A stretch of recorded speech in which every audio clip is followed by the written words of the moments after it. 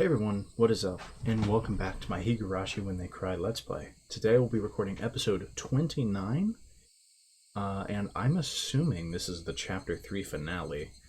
Um, it could go another chapter, but I really wouldn't be shocked if this is it. Um, if not, I guess we've got another episode though, so W, I guess. Well, I guess it could technically be more than that too. We might have more episodes, but I assume I'm right at the end. Anyways, last episode was it was a wild one. I know I say that about most episodes, but seriously, last one was crazy, right? These last two in general. I mean, two episodes we saw Keichi formulate a plan to kill Teppei and then actually kill him, and then in the last episode, he's like, "Okay, it's time to go back to my normal life." He goes back to school just to be told that he was at the Watanagashi festival, despite the fact that he was explicitly not there. Everyone had memories of him being there, right? And it's like, what? Then he talks to Satoko and he's like, well, your uncle didn't come home, right? Just to find out, oh no, he was there this morning, even. Right? And it's like, huh? So Teppei's not dead, right? Keiichi's like, what is going on? And then Rena and Mion get sussed out. Now they've gone crazy and are trying to bring him to the dam site. And it's like, what are they trying to do there? He gets out of it by telling Rena that he's going to go to the clinic, which turns out to be the Irie clinic. And then it's like, huh? Right? So that's another link, potentially, to keep in mind. Right? We get there. He tells, Irie everything. Right? He tells him about, like, how he killed Teppei. Right? But how Teppei's not dead, right? And Keiichi thinks he has an ally, and then he walks out of the room, like Irie walks out, and he goes to use the restroom, and he hears him talking like, "We're gonna make some tea for him, put some sedatives in it, cover the sedatives, have some people on deck. He might get violent, right?" And so Keiichi's like, "Oh my god, right? Like he's betrayed me, right? Like." I told him these things and he thinks I'm crazy, right? He goes to dig up the body after this, basically to verify if he's crazy or not. And then Oishi shows up. Like, the police are there, they dig in the whole area, and there's no body to be found, right? And so the question is, what the hell is going on? Was that all some crazy delusion of Keiichi's? Right? It seemed real. It seemed real, right? Like, to me, it seemed real. And so I'm like, was it somehow undone? Like, I don't know, right? I feel like it has to be one of those two things, right? I guess technically there's some wild possibility that, like, somebody dug up the body, hid it somewhere else, and then like a alternate Teppei showed up, but that still doesn't explain why Keiichi was at the Watanagashi festival. There is so much going on. I don't know how to explain everything yet, and I think I'm better off just getting back into it, So that's what we're gonna do. Just go ahead and jump back into this.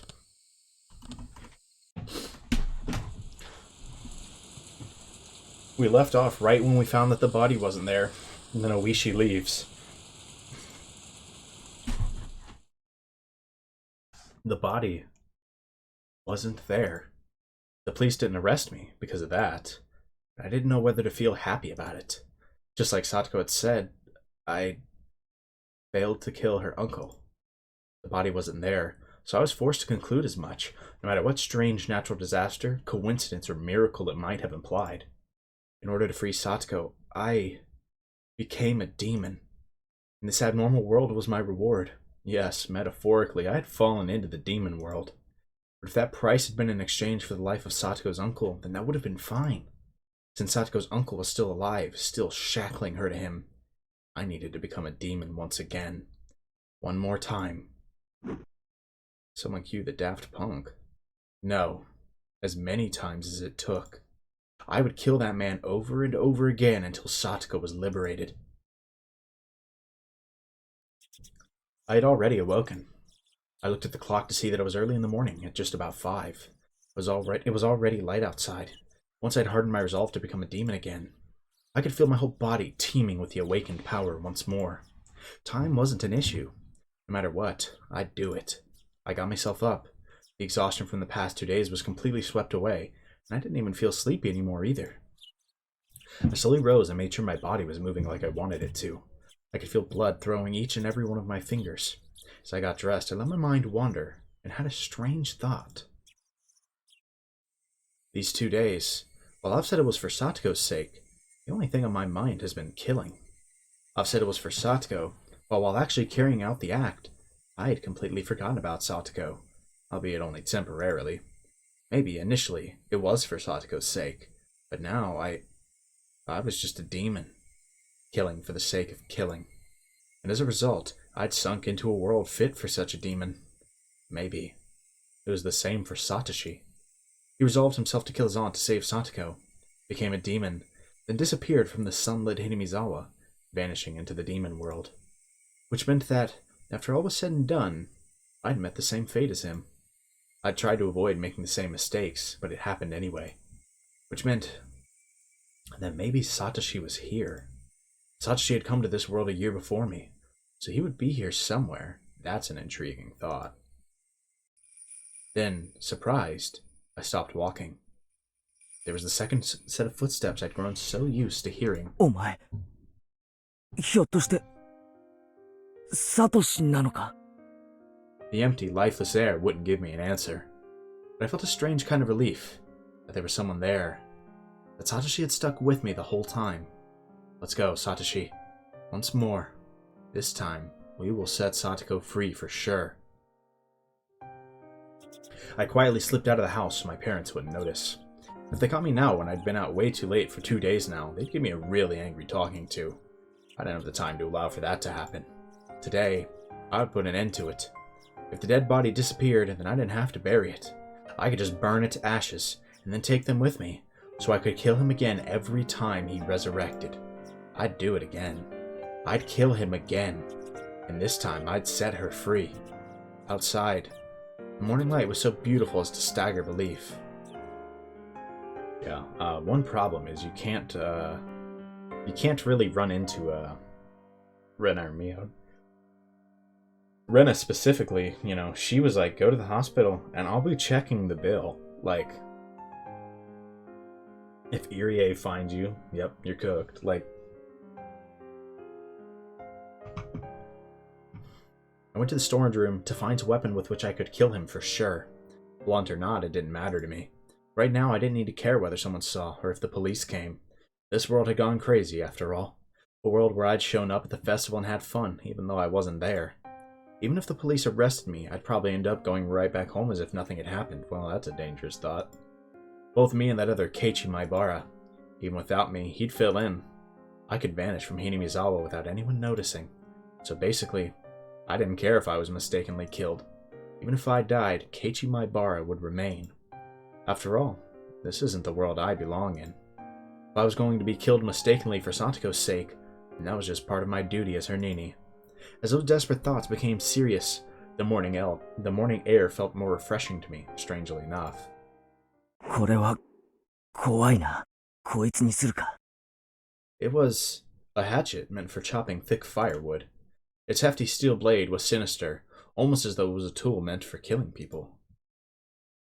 I couldn't exactly take it out in public like that, so I wrapped it a little in some old newspaper and tossed it into the basket on my bike. That was a brutal sentence for me for some reason. 連日、悪い用事に使ってばかりで悪いな。今日も頼むぜ。俺の足。I apologized to my bike for some reason. For the past 3 days, I've only used it for dangerous things. I've been riding this bike ever since I lived in my old town. I could walk most places I wanted to go, so I hadn't used it all that much. My mom had bought it for me when I entered cram school, thinking it would be a convenient way to get to the station since it was far away. So I'd always used it to get back and forth from cram school. I'd only ever put textbooks and class materials in the front basket too. I never tried to put a hatchet that I'd be using to kill someone in here. Yeah, I think most people haven't had that experience with their bike. When I came to Hinamizawa, life finally felt fun. I met the best friends ever and had some of the greatest times ever. Those times might have been shattered now, but it was my greatest wish that I could get them back, even if I had to risk my life to do it. That's how fun those times had been. I killed someone, and now I was at it again, needing to kill someone. Murder was a crime. I didn't believe that people should ever think murder was okay. But still, the times I'd had were enjoyable enough for me to commit such a crime. My friends were irreplaceable, and the time spent with them a treasure. Hanging out, laughing, sometimes tricking each other, but always in a friendly way. I didn't fear committing any crime, as long as it was for the sake of taking back those times that gave my heart so much pleasure. Yes, this was a value I decided to uphold. It wasn't something I learned from a school teacher. It was a noble path that I chose for myself. I thought back to when I'd first come to Hinamizawa. But how on the very first day, Satoko had welcomed me via a blackboard eraser with a rock in it. That welcome really surprised the heck out of me. She would laugh, get angry, cry. She was never boring. She was obviously the most childlike one among us, but she was actually lively, full of vim and vigor, and good at meddling in other people's business. That last part didn't sound like a compliment. That went for Mio and Rena and Rika-chan too. Wasn't Satoko the one at the center of everyone's laughing at banter?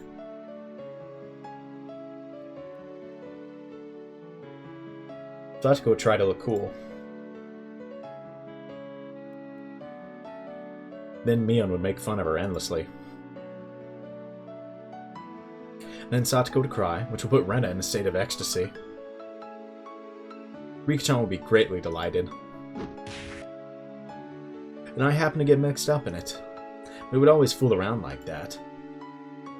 It was lonely when someone wasn't around. If I had to name one for whom it was the worst, it would have been Satoko. Her smile was everyone's smile. Ever since she stopped smiling, so did the rest of us. And for the rest of us, not smiling was the same as dying. It was just like when I was silently going to cram school every day, just to maintain my unchanging test scores. So basically, we were nothing when she wasn't smiling. She was full of hot air, but she was our princess, cute and unhateable. In that case, I was a knight, searching for the dragon's castle in order to win her smile back. ナイトなら武器は剣だろ。 Yeah, not quite the same. ツーハンデッドのかっこいいやつ。錆びた肉厚のナタで挑むナイトは、多分古今東西俺一人だな。 Then I saw an old person on the ridge of a field waving to me. おやケイチ君かい朝のサイクリングかいねおはようございます。 I reflectively waved back in a refreshing way. Should I really have been feeling so happy waving like that? Satoko's house would be right past this road, going beyond the rice paddies. The cicadas had woken up too, and the next thing I knew, I was the audience to their daily chorus. I gave myself a hit or two in the head and drove away my merry morning mood. I took a deep breath and tilted my head back, quelling my pointless excitement. The body wasn't there. Its absence either meant my killing him had been an illusion, or that I'd killed him and he'd risen from the dead. I was at the festival, then maybe I should have considered it an illusion. Coach probably thought that way, which is why he treated me like a lunatic. God. So much yachting. Coach probably thought that way, which is why he treated me like a lunatic. But it being an illusion was just impossible. I killed him without a doubt. Without a doubt. If that had been an illusion, then that would make all of this Hinamizawa I was in right now an illusion. If that was the case, then here's how it would end up. I was actually in a vegetative state due to a traffic accident, and I was currently dreaming in a hospital bed about how great it would be to spend time with friends in rice paddies like these. That was a terrifying thought, though. If this wasn't an illusion, then the only possible answer was that he'd resurrected. It would make him a literal monster. But he was such a monster, and I was no less than a monster myself. I didn't hesitate to kill someone, and I could even wield curses. Takano-sana died probably because I'd cursed her. Probably not. I can see why Keichi would think that in this situation, but as someone who has, As someone who's read chapters 1 and 2, I think it's pretty safe to say that was not a curse, bro. Maybe that was a little much. If Coach and Oishi died too, like I'd cursed them to yesterday, then I'd believe it. Yeah, that's fair. I set my bicycle aside and went to take a look. His motorbike wasn't here. Of course it wasn't. I sent it down to hell that night, throwing it into the Onikafuchi swamp. Or maybe, just like how the corpse wasn't here, maybe the motorbike didn't get thrown into the swamp either? The fact his bike wasn't here might have been because he had gone to town and hadn't come back, not necessarily because I'd thrown it into the swamp. If her uncle wasn't around, then that was convenient on its own. And I would just show myself in and wait for him to return, sharpening my hatchet. If he was there. Forgotten sensations came back to my gut. A feeling of tension rose within me. The sensation was like poison, dulling my actions, but it could also be the trigger to allow me to wake into my superhuman, otherworldly self. I held the hatchet, still wrapped in newspaper. Its weight in my hands was profound, sinister, and reliable. I hadn't put on my watch, so I didn't know what time it was. It was probably still a little before 7. Satoko would probably be awake, preparing breakfast and her lunch, but her uncle would probably still be lazing around in bed. A guy like him probably wouldn't have stayed up late drinking. Would have, not would not have, that would indicate, he is normal. A guy like him probably would have stayed up late drinking, and probably always slept until noon. I considered ringing the doorbell and having Satoko open the door for me, but if her uncle woke up at the sound, I'd waste my chance of him still being asleep. If Satoko saw me sneaking inside without ringing the doorbell, she'd be surprised. If I ran into her, what would I say? I've come to kill your uncle for you, so stay quiet. No, I couldn't do that. That would be like making Satoko responsible for his death. Be quiet and go wait outside. Maybe that would do it. How would Satoko react to that? She would probably try and get me to give up on killing him. I would have to lie somehow to get her to go outside. Satoko didn't need to know that a murder was going to occur in this house. I couldn't quite think of a good lie to tell her, but I couldn't do much just standing around like this. I made up my mind and grabbed the doorknob. Then slowly turned it and pulled. It wasn't locked. The gap between the door and the wall steadily grew larger. The chain wasn't even on. The oppressive smell of life in Satoko's house hit me. At the entrance, there were a few pair of shoes and sandals. I couldn't tell whether he was here or not just by looking at them. I could hear a television on somewhere. Got no clue if you guys would have even noticed this, but quick little jump cut. I actually hopped off right here last night and then went to bed. And I've woken up, and we're not playing this in the morning. I still remember what's going on. Just, I don't know. I felt the need to say that much. Anyways. Wow, yeah, Keichi's just kind of brazzing right now. I mean, just straight up walking into the place is kind of wild, right?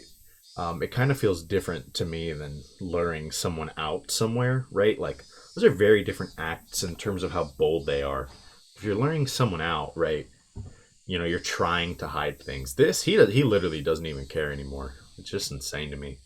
Right? Literally imagine if Satoko was here. The television was in the messy dining room. There was food scattered about the table, giving an impression decidedly different from a happy family's mealtime. Meals were for eating food while thanking the person for making it. Meaning whatever occurred in this dining room wasn't a meal. Nobody in sight. No sign of anyone either. But with the television on, he must have been close. Could he have anticipated my coming and be hiding, waiting for me? The tension I felt was so thick, so tight, that I thought it would choke me. And the newspaper wrapping the hatchet's thick blade didn't hamper its power at all. I tightened my grip on it, then very carefully took a look around. Where had those peaceful feelings from before I arrived here gone? Even the sound of sweat bubbling up on my brow got on my nerves. And then I looked at the table and realized something. This wasn't breakfast. The grains of boiled rice were all hard and dried up. Then, was it last night's dinner? I left the dining room, keeping vigilant. Went down the hallway and found the stairs to the second floor. Oh nah, what happened? When that man was playing with his friends, he looked out of a second-story window. It was highly possible that room was his own and that he slept there. I tiptoed up the edges of the stairs, quietly climbing, without making a sound. They're playing the, mysterious investigative music. Is bro missing? I couldn't hear any kind of snoring. I didn't hear anything up there.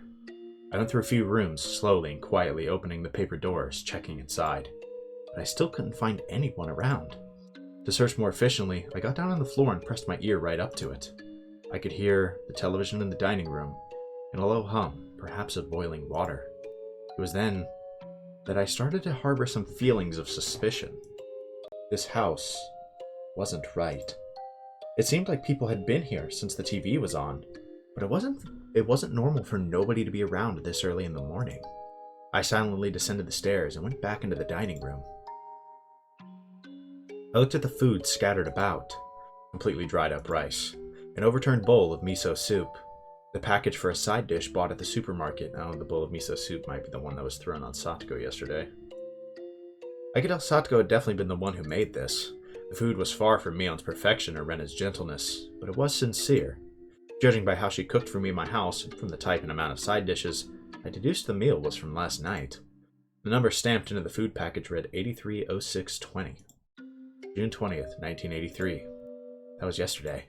And there was food for two, which meant that this was last night's dinner, and Satoko's uncle would have been here then.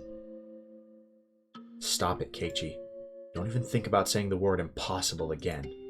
Anyway, her uncle was here last night. That much was the truth. He'd found fault with Satoko's food, thrown the bowl of miso soup and flung the rest everywhere. Hidden deep within my feelings of calm and composure was a little flame of anger and a curse. Should I have ever shown this man any mercy? Bump. I heard the sound again, the one from before, like a water boiler. What was it coming from? The first floor? But where? The bathroom, maybe? I could hear the noise coming from the other side of the frosted glass at the far end of the changing room. It had to have been the sound of the water boiler for the bath. Steam was enshrouding the glass door, and the heat from it was leaking into the changing room where I was standing too. My misgivings deepened. People didn't normally take a bath this early in the morning. One did. And it would mean that in this house, time had been stopped ever since some moment last night. Possibly. That's a really strange thing to assume here. I mean, people don't normally bathe that early in the morning, but it can happen. But, okay, wait. He doesn't mean literally stopped in time. I think he means, like, they were doing their nightly routine and then, like, packed up and dipped. Whistle, whistle, whistle. Was it being reheated? The water boiler in the bathroom had been active this whole time. I checked in a clothing basket and saw Satoko's familiar uniform stuffed in it. The uniform had stains and dried rice stuck to it. Certainly not something she could wear today. It was probably from the miso soup at the dinner table yesterday. I looked hard at the frosted glass, but I couldn't see anything through all the steam. And then an electric surge ran through my mind, and a terrible premonition came over me. But she couldn't possibly have been in there since last night. That would be impossible. But no. In Hinamizawa right now, nothing was impossible. I gulped audibly and quietly pulled aside the glass door. Bro. I'm not sure you could have gotten me to open the door there. Because you either find something really strange, or you find out that you just opened the door, and Satoko is right there. Right? Like, trying to bathe. Like, it's kind of an L either way, right? I guess the W is if it's Tepe. Hot, steaming air burst out of the slight opening. The fan wasn't on in the changing room, so it went completely white with the steam. Just as the hot vapor poured into the changing room, cooler air also flowed into the room with the bath. And I just heard, due to being hit by that air, a very weak moan. It was all I needed to know who it was. Satoko! She, like, dying in there? No answer. Satoko was in the bathtub, surrounded by a thick layer of rising steam. The top half of her body was leaning over the edge of the tub, and she was passed out. Oh, yikes. The water boiler kept on making a whistling noise, as if angered. I could see the gas flame through a small window. It was roaring at full force, completely blue. Satoko's entire body was boiled red and flaccid, as though her bones had melted away. Oh, Lord. Yikes. Yikes. She was almost like a doll, as she laid there unconscious. I wasn't sure how many seconds passed as I stared in complete bafflement. I came back to my senses and promptly shut off the boiler. Then I dragged Satoko's small body out of the bathtub. The water in it was as hot as the water in public baths. Was she in this boiling water for the entire night? She'll die, she'll die! Satoko's body was lighter than I'd expected as I laid her on the floor and wrapped her in a towel. I went back into the bathroom and opened up the vent, creating a path for a cool breeze to come through.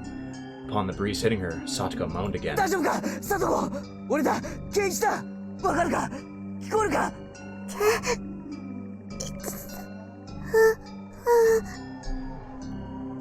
Satoko recognized me and muttered a response, but I couldn't really tell what she was saying. Her eyes were muddy and unfocused. I could tell she wasn't completely conscious. Upon closer inspection, her limbs and waist were twitching slightly. Dude, I wonder why. This was way worse than normal overheating. Yeah, I mean, I think she just got boiled. This was dangerous. Didn't they call this heat stroke? Think, what would the teacher do if a girl passed out in the middle of the summer during a marathon in gym class or something? I turned the water faucet in the kitchen all the way on and soaked a towel in it. I then took the cold towel and pressed it to Satoko's forehead. Satoko reacted harshly to the coldness and let out a muffled voice. For burns. Right, you would soak the burn spot under running water. Then, could I run cold water in the shower and cool her off like that? I actually have no clue if that's how that works. My thought is you'd be better off taking her to the hospital, although I understand why he wouldn't want to go there right now. No, if it was that sudden, it wouldn't be good for her heart, and she'd go into shock. I think I read that once before. Yeah, that's kind of what I was thinking, right, is that sudden cold like that probably is not good. This was about as much nursing as I could possibly give her. Anything more than this would be too much for the likes of an amateur. 大丈夫かサトコもう大丈夫だからな必ず俺がニーが助けてやるからな 5039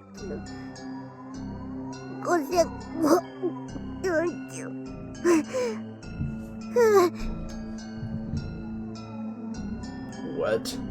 Why is she counting? Is she counting the seconds? What was Satoko reciting under her breath? I brought my ear to her mouth and I brought my ear to her mouth to better make out the mysterious spell-like words she kept saying. And at that moment, I understood what they were for. サトコお前数を数えてるのかなんで People tell little kids in the bath to count to 100 a lot, right? Satoko was counting like that. But 5,039? バカ野郎お前の家の風呂はいくつ数える決まりになってんだよ She was supposed to double this. I doubted my ears and doubted her common sense. 10,000?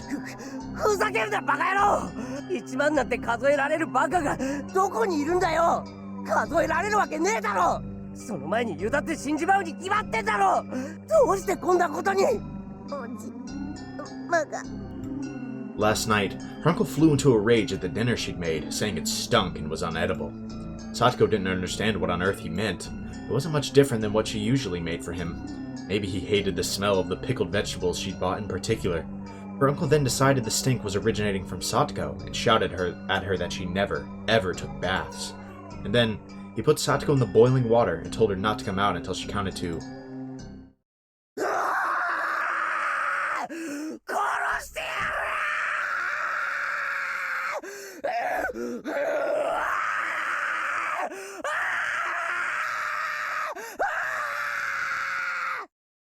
Oh my goodness. I can't say that reaction shocks me, but he's not even trying to hide it from Satoko at this point. I snapped and exploded. Raising the newspaper-wrapped hatchet, I stampeded throughout the house. I searched for anything, traces, signs, smells, vibrations, heartbeats. You know, I understand his anger right now. Truly, I really do. But leaving Satoko right now, when she is, like, half-boiled, at the very least half-boiled, that is, like, pure insanity to me, right? To me, this shows, I don't know, I think Keichi was kind of bouncing this idea, right? That at this point, it wasn't so much about helping Satoko as it is killing Teppei, right? And I think this is like, if you needed any more proof, like this is it. He has an opportunity to try and help Satoko, and he literally is like leaving her there half boiled to look for this man in his anger. With a war cry, I raced up the stairs with such force I could have stomped a hole through them. Then I found the futon in the room I thought to be her uncle's, and well aware he wasn't sleeping in it, I bashed it with the hatchet. Did he run into the closet? I'll bust the entire closet down, door and all. And if he's not there, maybe there's a secret door. Any switches or levers in the walls here? I smashed into wall after wall with the hatchet, crushing them. You know, you could have asked Satoko where he was. Dust rose into the air, and broken pieces scattered about the floor. I smashed all the glass windows, too, for good measure.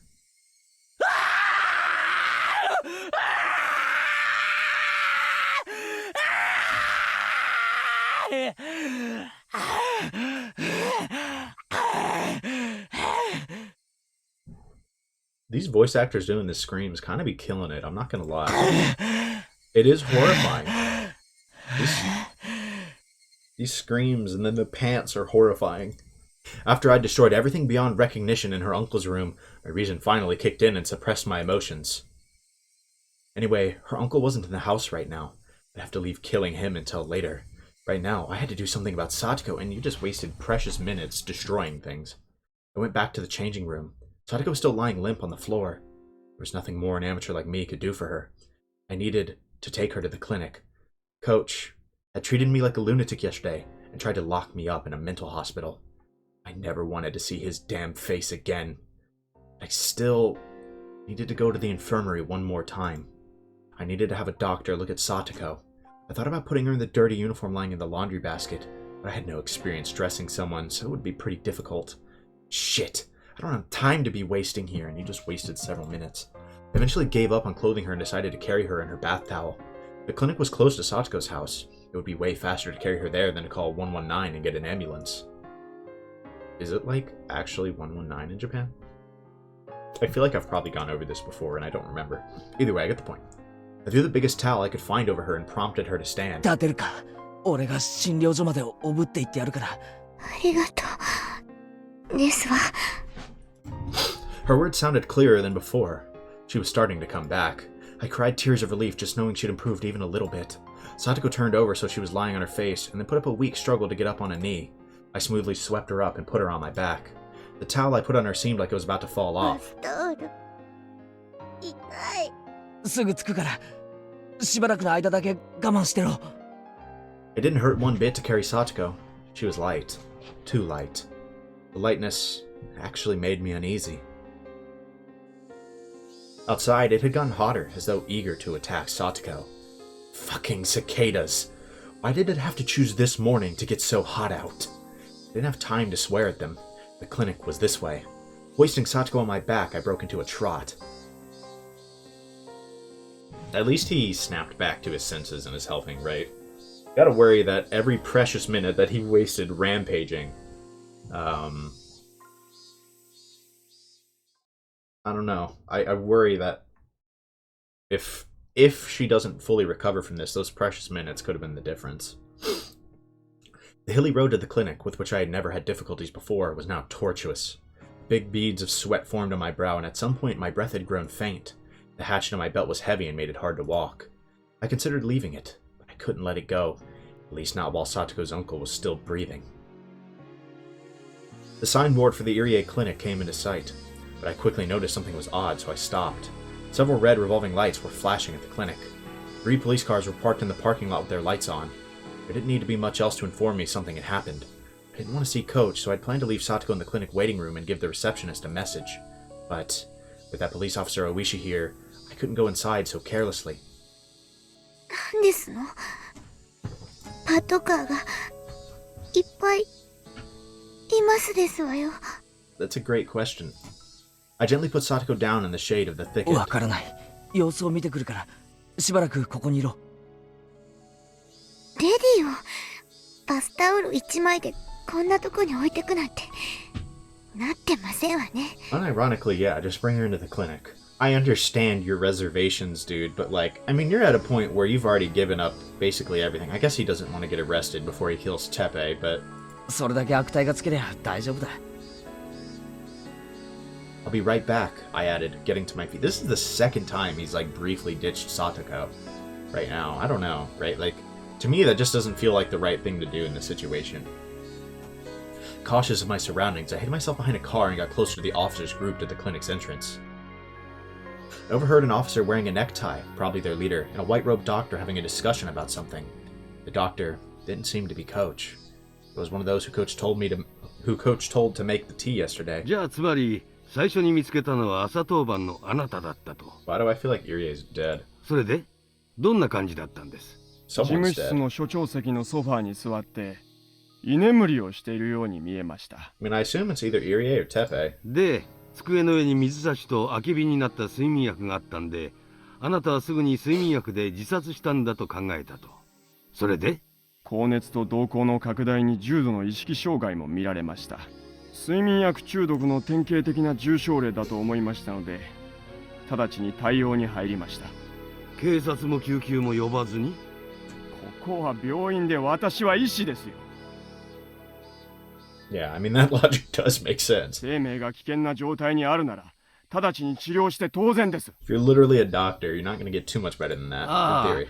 あ、まあいいからいいから。ああ、それで呼吸が不正常だったので、人工呼吸を施しました。合わせて呼吸刺激薬を投与。効果が出なかったので、人工呼吸器の準備をし、ああ、はいはい。それでつまりいろいろ頑張ったけど結局ダメだったと。そういうわけですよね。 I don't think that's it. 通報は死んでから直ちに？ I feel like... Why do I feel like it's going to be more than that? I don't know. No, it's just that? 救う Okay. ことができず、とても残念です。 Just then, a radio in one of the police cars started to buzz, producing a broken, mechanical voice. こちら本部、こちら本部。小宮山さん、聞こえますか？どうぞ。もしもし、小宮山です。ああ、お疲れ様です。睡眠薬での自殺みたいですね。遺書の類はなし。 Suicide? What the heck were they talking about? Someone had committed suicide at the clinic. But who? I wished Takano-san dead, and she died the next day. And yesterday I wished Coach was dead. Then, could he have... 普段から睡眠薬を常用していたとかは？あまり知りません。He's tried to use it on other people, apparently. 日頃、疲れたとか死にたいとか、そんなこと言ってました？入江先生は普段からああいう性格でしたから。とてもそんな風には。So, I was right. Irie-sensei, we were talking about Coach. Coach killed himself. Why would he do that? There couldn't have been any reason he wanted to die. The only reason that came to mind was that I wanted him dead. This world was insane. If I wanted someone dead, they'd die. That was the kind of world this was. Then, what about Oishi? What happened to him? If people really died... Oh, shoot. Whoops. I just smacked the hell out of that. My elbow. If people really died because I wanted them to, then something should have happened to him, too. そちらに応援が向かいました。課長からそちらは応援に任せて大石社の捜索に戻るとのことです。 Oh my goodness. 了解しました。じゃあすいません。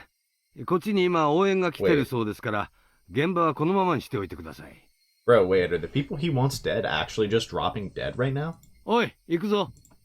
The officers nodded and split up into the patrol cars. They just say, searching for Oishi's car? Searching for his car. That meant he had gone missing? Takano-san, Coach, and Oishi. When I wished for it, the very next day, they disappeared. No matter how angry you were when you said you wished someone was dead, it didn't normally happen. Everyone knew just wishing for it wouldn't make them dead. That's why people could utter such curses so lightly. But the curses I uttered were being granted. At the time, I hadn't even been walking, and yet, tap, I heard a footstep. And it wasn't only one this time. Tap, tap. They came from behind, and they stood right behind me, reaching a hand for my shoulder. 一体何事なんです？ Yeah, Bro was about to freak out. さとこか脅かすなよ。驚いたのはこっちでしてよ。 Yeah, right? いきなり大声を出さないでくださいまし。 It was Satoko. Her eyes were still unstable, unfocused, but she seemed able to at least walk on her own now. She looked far better now compared to her earlier exhausted state. 具合はどうなんだ？もう大丈夫なのか？まだ頭が痛いですけど、いつまでもこんな格好で表にいられませんもの。 She gave a smile, a show of courage, but her legs were still shaky. You need to get her into the それよ clinic, り bro. これは一体何事なんですの？ Yeah, you might want to sit down for this news. 今警察が話してるのを聞いてた限りじゃ。監督が自殺したらしい。Satoko was at a loss for words. Her face grew paler and paler, and I could tell she was doubting her own ears. ケイチさん、それ本当ですの？何かの聞き間違いじゃないんですの？確かにそう聞いたよ。入江先生が睡眠薬で自殺したって。 Satoko went down on her knees and broke out in tears. 嘘ですわ。監督が自殺なんて、そんなの絶対に。 I think there's a real chance that she's not wrong. As I watched Satoko crying and clawing at the grass, I felt myself trapped by guilt and remorse. I got so angry that Coach was treating me like a madman yesterday, that he'd betrayed me, that I'd thought he'd be better off dead. But even Coach, who, to me, deserved to die, still must have had people who loved and respected him, like Satoko here. In my selfish, egotistical anger, I wished for his death, and it was granted. And now Satoko was crying hysterically as a result. The guilt tore at my heart. I worked myself up to murder for Satoko's sake. I decided I wanted Satoko to be happy. But was that really all it took? Murder meant taking someone's life. It meant making everyone attached to that person sad. In Satoko's uncle's case, of course, nobody would be sad. So I didn't feel a sense of guilt at all. But Coach's death was different. Funny part is that's also not really true. Don't get me wrong, in Hinamizawa maybe no one would be particularly sad. But like, the uncle clearly has people close to him. Right, you just don't care about them. Right? You know. And again, it's not that he has like terrible reasons for hating that man, but, you know, still doesn't usually make murder the correct move. But Coach's death was different. I had wanted to make Satoko happy. That had resulted in me inflicting a deep sadness upon her, hadn't it? But Coach killed himself.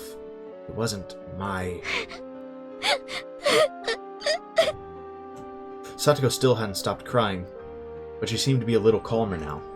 Wiping her tears, she stood up. She still needs medical treatment. And the only thing I could think of to say to her was an apology. どうして謝りますの？ I feel like this is like a sorry it happened, is what I'd be saying, but like... 俺、昨日、監督と、お前なんか死んじまえって呪ったんだ。呪ったから、本当に死んじゃって。I don't know if I could have told Satoko that in this situation, I'm not gonna lie. You literally get her medical treatment, dude. Satoko looked at me dubiously for a few moments. Eventually, her expression softened as she interpreted my words in her own ways. Right. ケイチさんのせいではありませんわ。 Yeah, I mean, that is like almost certainly true. I mean, Higu's weird though, so it might be possible that it's true. Like, genuinely, that him wishing for it did end up, like, resulting in it happening. But this has probably just been cosmic coincidences, if I had to guess. 監督も大人ですもの。自分の命を捨てるに値する都合があって、悩んだ末に選んだんですもの。 I mean, I'm just gonna point it out there, Teppei's missing, right? Like, we don't know where Teppei 誰 is. のせいでもありませんわ。 She smiled a little, trying to comfort me. You should be trying い to つま comfort でも her. このままでいたくありませんわ。服が欲しい。 Yeah, right? Get her into the hospital, bro. いいのかよ。診療所に行って見てもらった方が。服を着てから見てもらっても別に死にはしませんわ。Satoko readjusted her bath towel and started back along the path. Her stride was wobbly, and it didn't look like she'd recovered as much as she let on. Bro, do not let her... At first, Satoko tried to go back home, but it was the time of the morning when people were going to school and work, so after seeing people walking around, she thought better of it. She must have been pretty embarrassed wearing only the towel. 理科のうちに行きますわよ。私の服、あるはずですから。どうしたんですの、圭一さん。Satoko noticed how I was hanging my head and spoke to me. 監督はああ見えても大人ですのよ。圭一さんと喧嘩したくらいで自殺するような人ではありませんわ。自分を責めるのをおやしなさいませ。At first I thought it was a coincidence. But with 3 people now, I couldn't discard the possibility. There was no such thing as impossible in this world. この数日、おかしいんだ。何がですの？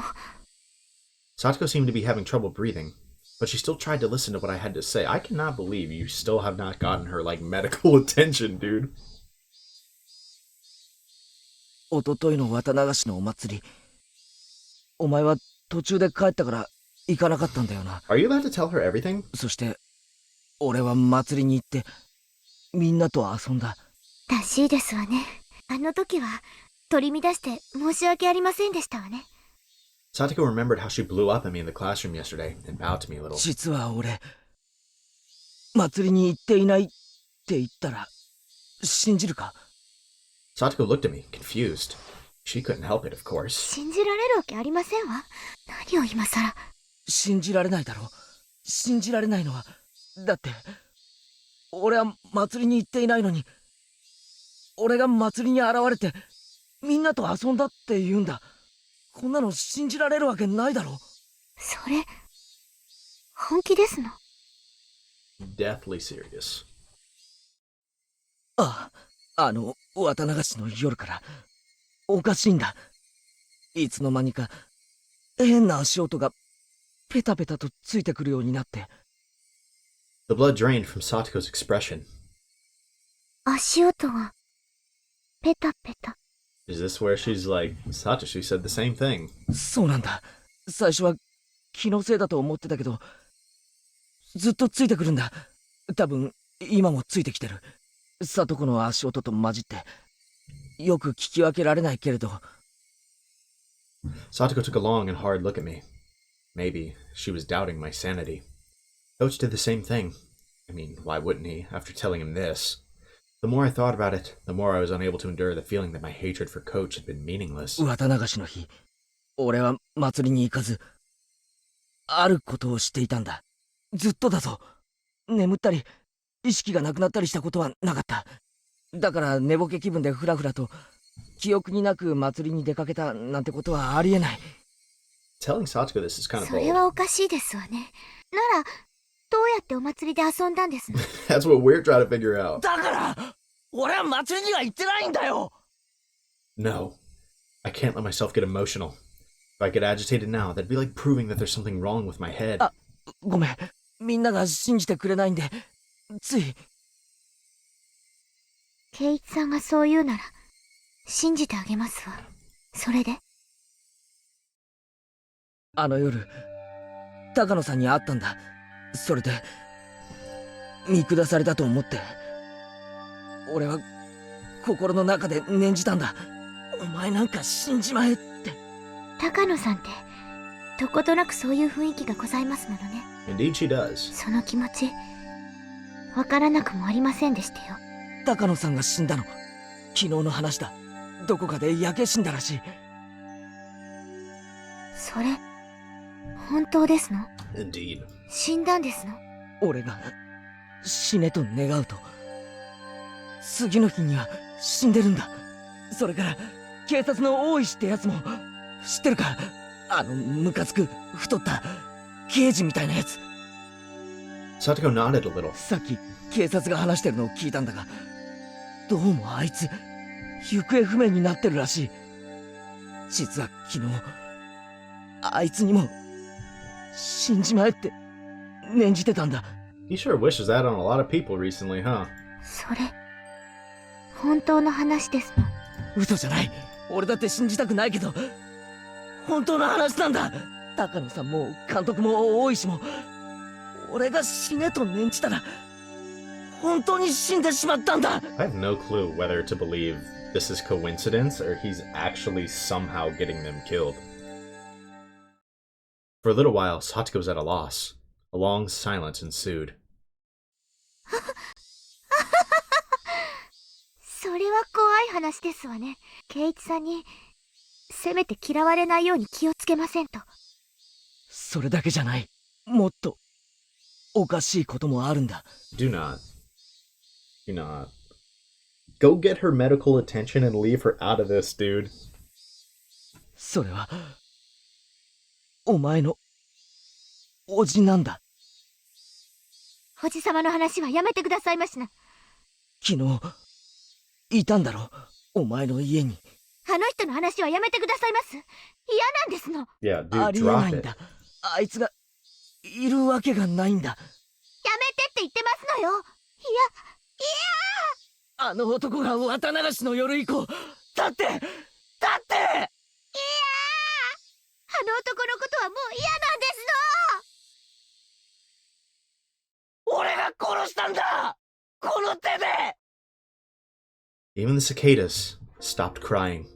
Her face was streaked with tears, and it stiffened even more as she looked at me in disbelief. 俺が綿流しの祭りの夜にお前のおじを殺したんだ。だからお前の家に帰ってくるなんてことはありえないんだ。 I don't know why your grand plan was to get Satoko so involved in this. I feel like you might have just got her killed, right? Because I was just thinking about this. There's a very real possibility that the people who are dying right now are those who know what just happened recently, right? Right, like with this whole incident, right? With Keichi killing Teppei and then that not happening, right? I mean, think about it, right? The people who seem to know this happened were Takano, because she saw it, Irie, because he was told, and Oishi, mainly because he was a detective, but I'm guessing he had he must have known something happened to Teppei, and then they found out nothing happened to Teppei. But still, he went back, and last night, he found fault with the dinner you made him, yelled all sorts of things at you, and then basically boiled you in the bathtub. That couldn't possibly have happened. だから俺はあの男を確かに殺したという証拠を確かめるために埋めた死体を昨日掘り返したんだ。 Either way, even if this isn't dragging Satoko in to get killed, telling Satoko this is so wild to me. I understand Keiichi's desperate and confused right now, but dude, I don't know. I don't think bringing Satoko into this was fair, even. Right? I don't think that's fair on Satoko. だがそこには死体はなかった。こんなことがあり得ると思うか。確かに殺したのに死体がないんだ。そして何事もなかったかのように帰宅してお前の前にこんなことがあっていいはずないだろう。 Satoko's entire body stiffened. She was shrinking away, like there was someone in front of her about to hurt her. お前も俺のこと頭が変になったって思ってるんだろうな。無理もないさ。俺だって信じられない。圭一さんはきっと偶然呪った人が死んでしまったんで混乱してるだけに違いありませんわ。監督の自殺にショックを受けて気が動転してるだけなんですのよ。 No, this one was real. 今日はもう学校を休んでお家で休んだ方がよろしいと思いますわ。 Bro. If he stays home today and rests, he probably will not ever get to go back. 私はもう平気ですから、どうかご自分の体を大事になさいまし。 Satoko spoke like she understood me, but she also told me to go home. I could see the revulsion in her face. I knew that she didn't want to be around me anymore. Yeah, I mean, that's kind of to be expected. You just admitted that you're a murderer, right? Or at least have delusions of murder at the very least. サトコをちゃんと診療所まで見送ったら俺も帰る。サトコだってまだ足元がフラフラじゃないか。途中で倒れたら大変だぞ。私はもう本当に大丈夫なんですのよ。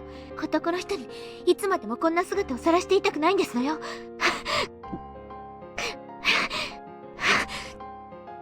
She wobbled up the shrine steps, looking like she was about to fall. I immediately ran up to her and helped her stay on her feet. But then Satoko promptly jumped away from me. That outright rejection hurt a lot. Once she got up to the top of the stairs, her breathing was ragged, and she wasn't even looking at me. At this point, I was being ignored. Well, it was more like she didn't want to have anything to do with me. It really was a feeling of rejection. And that hurt my heart more than any blade could have.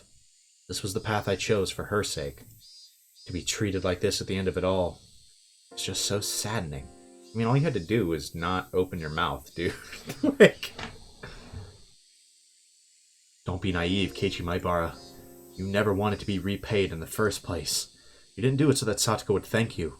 You did it so Satoko would be happy. And that was what led to this ending.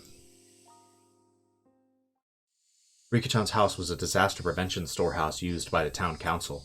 If you went past it a little further through the shrine grounds, you'd apparently reach the back of the assembly hall. Satoko was heading there, walking quickly, the gravel under her feet crunching as she went. That has to hurt so bad. Did she want to get there as soon as possible? Did she want to run away? Couldn't tell. And then I heard the vigorous sound of wings flapping. I turned around and saw a crow. I hadn't seen many crows since coming to Hinamizawa. I saw them a lot in my old town, though. On garbage day, they'd flock to trash collection points, peck through the bags with their beaks, drag out their contents, and have a feast. As I was remembering that, I saw a few crows flocking around the shrine's donation box. I thought, how terrible it was for someone to leave a garbage bag in a place like that. There's about to be a corpse. The cicadas quieted. Breathing stopped. Thoughts ceased. Even time came to a halt. I ran over to where the crows were flocking. I ran there in order to drive a horrible idea out of my mind. I definitely hadn't wanted this. There's no way I would ever wish for this, even by mistake. This was not. When they noticed my vicious approach, the crows all flapped upwards, fleeing into the sky. When the crows' big black bodies flew away, they exposed the garbage bag. I mean, I think all you need to do is see the hair to know what this is. This one's not Keiichi's fault. This wasn't Keiichi. We didn't do this.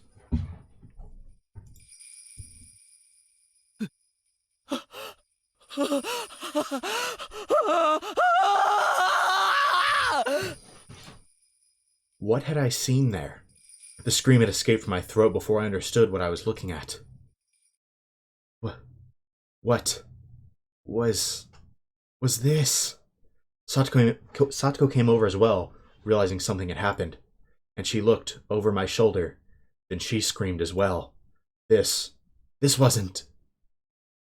The garbage bag was crimson, dyed in fresh blood. Ugh. Enough of this stupid roundabout way of saying it. That's right. Yes, what was that sound effect? Yes, it was Rika-chan, our friend, Satoko's best friend. Always easygoing, clever as a cat, but so cute you couldn't hate her. Our friend, Rika-chan, she was... Rika-chan was stark naked. She was face up, limbs sprawled. Her eyes were like glass, just staring up into the sky. And... I don't do screams well. I don't want to scream. But he's screaming. Rika! Rika! Rika!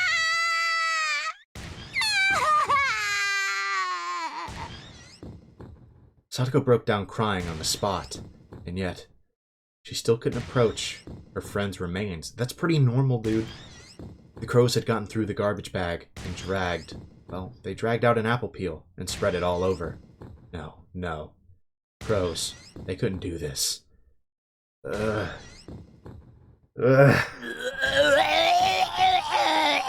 that's awful. Could you imagine? On the spot, I started vomiting. The sour taste became a bitter one as I threw up over and over again. Rika-chan, she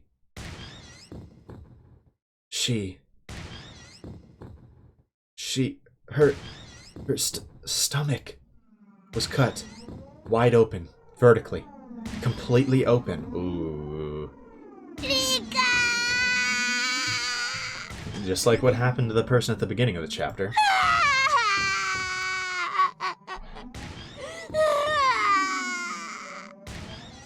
She's probably gonna tell us off here soon. She's probably gonna think we wished for this. Crows couldn't have done this. And from her open stomach, ugh, her organs, her bowels were dragged out like children toys left all over the floor. That unbelievable sight induced oxygen deprivation in my brain. Color left my vision, a pounding headache, dizzy, and I wanted to vomit. It was like the nightmarish remains of a ceremonial killing. Someone, somewhere, had killed Rika-chan, brought her here, laid her here with her limbs sprawled out, and then cut open her stomach and dragged out her intestines. Don't tell him that probably happened before she died.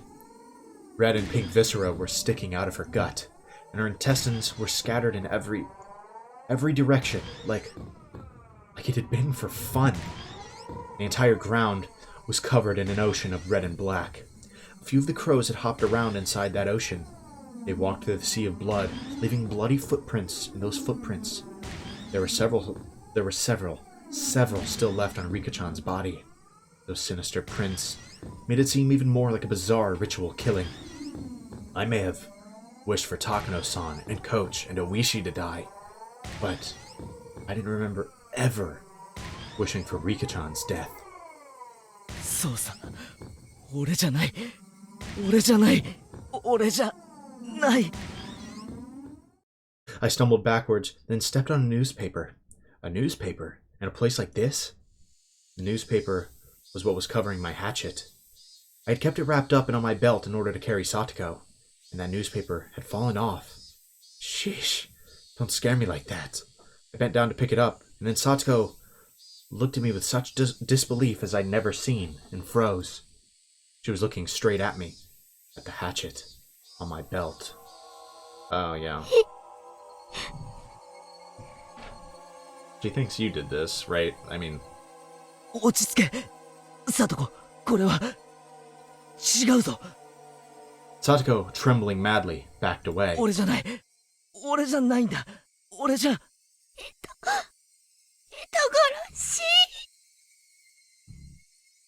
She didn't care at all that she was exposing herself through the towel.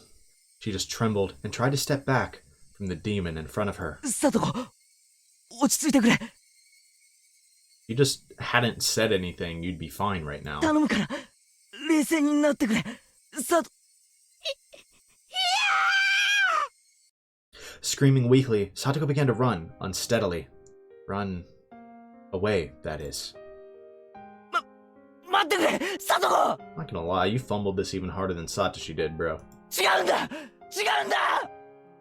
The way she ran away was so weak, so slow. So if I wanted to go after her, I could have caught up. But if I tried to grab Satoko's shoulder or something right now, she might actually go crazy.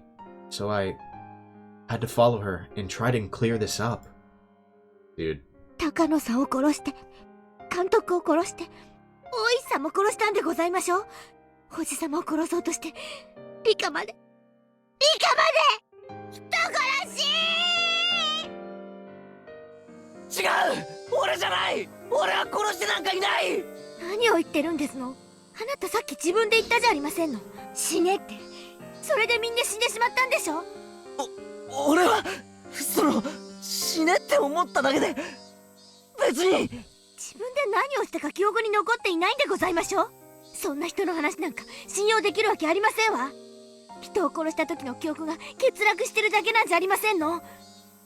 I mean, that's unfortunately like a logical conclusion, honestly. いや、記憶がないふりをしてるだけなんじゃありませんの。第一、そのナタは何なんですのよ。説明してごらんなさいな。That was to kill your uncle again. これは。ほら、ケイチさんは殺人鬼じゃありませんの。どうしてですの？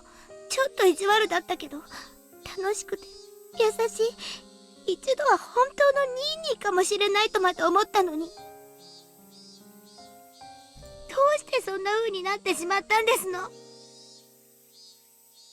I might have been able to slowly answer each one of Satoko's questions at a time, but in this situation, explaining my innocence in such a short period of time was impossible. Dude, I don't think it matters how much time you have. You can't really fully explain it away. I mean, I didn't even know if I was really innocent anyway. At the very least, I killed Satoko's uncle. There was no body, but I killed him. Without a doubt. At that point, I was far from innocent. And I wish Takano-san, Coach, and Oishi were dead. And that curse of mine was granted. When I wished for Takano-san to die, I didn't think of it as anything more than a normal thing you'd say to someone you didn't like. But then she actually did die. I realized that if I wanted people to die, they would. And, hoping it would happen again, I cursed Coach and Oishi to the same fate. So, even ignoring Takano-san's death, Coach and Oishi's were completely premeditated crimes. Was I a killer? Just like Satoko said. Was I unable to distinguish between illusion and reality, and turned into a demon without remembering it, becoming a killer who carried out Yashiro-sama's curse? No. That couldn't be. It was impossible. Damn it! The very word impossible was impossible in Hinamizawa right now. How many freaking times have I said that word these past 3 days? Satoko had started crying again and was walking unsteadily. At first it felt like she was still running, but now it was like she was walking away crying from someone bullying her. どうしてこんなことになってしまったんですの？ I mean, Keiichi's wondering the same thing, but... どうして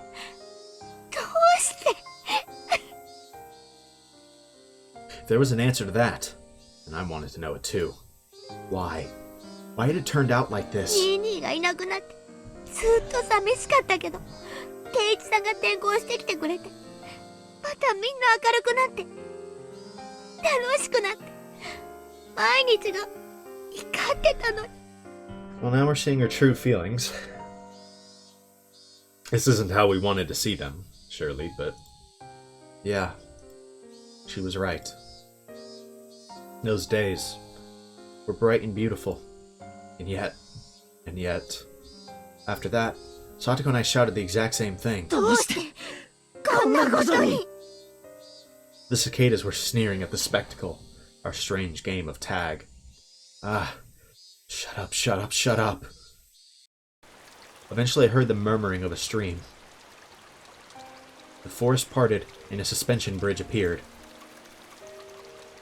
Satoko was crossing dangerously, wobbling as though she might fall at any moment. This was where we saw the in the pre-chapter thing where they tell us how hard the chapter is going to be. This is what we saw, this suspension bridge. When I stepped onto the bridge, it swayed a lot, causing Satoko to stagger and fall on the spot. 大丈夫かサトコ。近寄らないで。この人殺し。 Satoko shouted, her hatred made very clear. It was sad. If words could cut, then this warmth flowing from my eyes would have been blood for sure. どうしてこうなってしまったんですの？ケイチさんのこと。大好きだったのに。 This is not how this was supposed to end. I'm not shocked it's ending this way, but... God, man. Keiichi just cannot stop opening his mouth, dude. All he had to do was not say everything he did. I wanted to go up to her and give her a hand, but the distance between us was uncrossable. If I got any closer, Satoko would start shouting again, and say things that would hurt me deeply again. So, I couldn't approach any closer than this. サトコ、俺にもなんでこうなったかわからないんだ。でもこれだけは言える。リカちゃんを殺したのはそれだけは絶対に。いい加減なこと言わないでほしいですわ。自分の記憶にも自信が持てない人が何を言ったってどう信じればいいって言うんですの？ I tightened my hands into fists. This was mortifying. Wasn't crazy. Hinamizawa was crazy, ever since I wandered into it, lost on that one night. This insane world, where I was at the festival when I wasn't, and the uncle I killed was alive. Where death would come just by wishing for it. It was this world's fault. Yun and Rena started acting strangely. Like they were possessed by something too. And Coach wouldn't believe anything I had to say. With all due respect, you do kind of sound insane right now. And even Satoko, who I should have protected, was yelling at me like this. Was the price for killing a man supposed to be this high? Was I really going to be forced to stay in such a bitter world? I did the right thing. At least I wanted to. So then, why? I hated it. Every time I asked why, the days Satoko and I enjoyed in peace, it's so wrong. サトコ、信じてくれ。 There's a 0% chance. 俺は人殺しじゃない。ではそのナタは何なんですの？納得のいく説明はできまして。 No, he can't. このナタが怖いのか。じゃあ捨てるよ。それなら安心だろ。 He wanted you not to have it in the first place. Satoko didn't nod, but she seemed to be in agreement with that proposition. I clumsily took the hatchet out of my belt, then dropped it over the side of the bridge into the stream below. 捨てたぞ。これで話を聞いてくれるな。 Wrong. 武器を捨てたぐらいで気を許すと思いまして。圭一さんほどの方なら私を素手で絞め殺すなんて簡単でしょうに。 Like hell I would ever want to kill Satoko. You idiot. じゃあどうしたらいい？両手を頭の上で組んだらいいか？そうですわね。両手を頭の上で組んで後ろを向いてくださいます。 It was a cunning plan, much like the one she used during club activities. Putting my hands on my head and turning away would mean I couldn't attack Satoko very easily. It also means she could just run away, but I immediately acquiesced to her request since it would make her feel better. これでいいか？俺の話を聞いてくれ。 Satoko stood up and carefully approached me from behind, and then she actually came right up behind me. She was so close, and yet I was so sad that I wasn't allowed to turn around. 圭一さんが悪くないのはなんとなくうすうす分かっていましたわ。え？多分あなたは何か悪いものに乗り移られただけなんですの。さっきまでは圭一さんが殺人鬼なんだと思ってたけど、あなたの目を見ていたら。 I could hear that Satoko was still crying, but her voice was gentle just the same. 圭一さんが人殺しなんかするわけがない。圭一さんの体を何か悪いものが乗っ取って悪事に駆り立てただけ。 Was she speaking literally right now? Or was she trying to admonish me? I couldn't tell. 思えばひょっとするとあの人たちも圭一さんと同じものに乗り移られていたのかもしれない。あの時は殺されるとしか思わなかったからそこまでは考えが及ばなかったけど、今ならわかる。あれは乗り移った何か悪いものの仕業だった。 Who is they? Who is they? Hello? Because I can't help but think she's referring to the crazy eyes right now. And this was some other incident where she thought she was going to be killed. サトコ、何の話だ？ It was less like she was talking to me, and more like she was talking to herself, like she was confessing in my back. 分かってるんですの。私身に覚えがないわけじゃないんですのよ。 Satoko's voice started to become mixed with sobs. Her pained voice tore at my heart. But I didn't know what Satoko was talking about. 西宮殿の屋根によじ登ったことがありますの。何年も前のことですわ。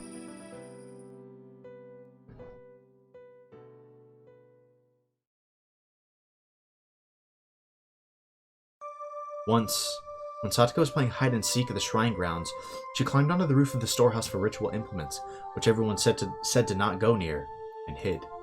Then Satoko saw that she could get in through a window meant for ventilation. For Satoko, the word curse was plenty scary. What she was more curious about was inside the unknown storehouse. Oh, we've seen this before. Oh.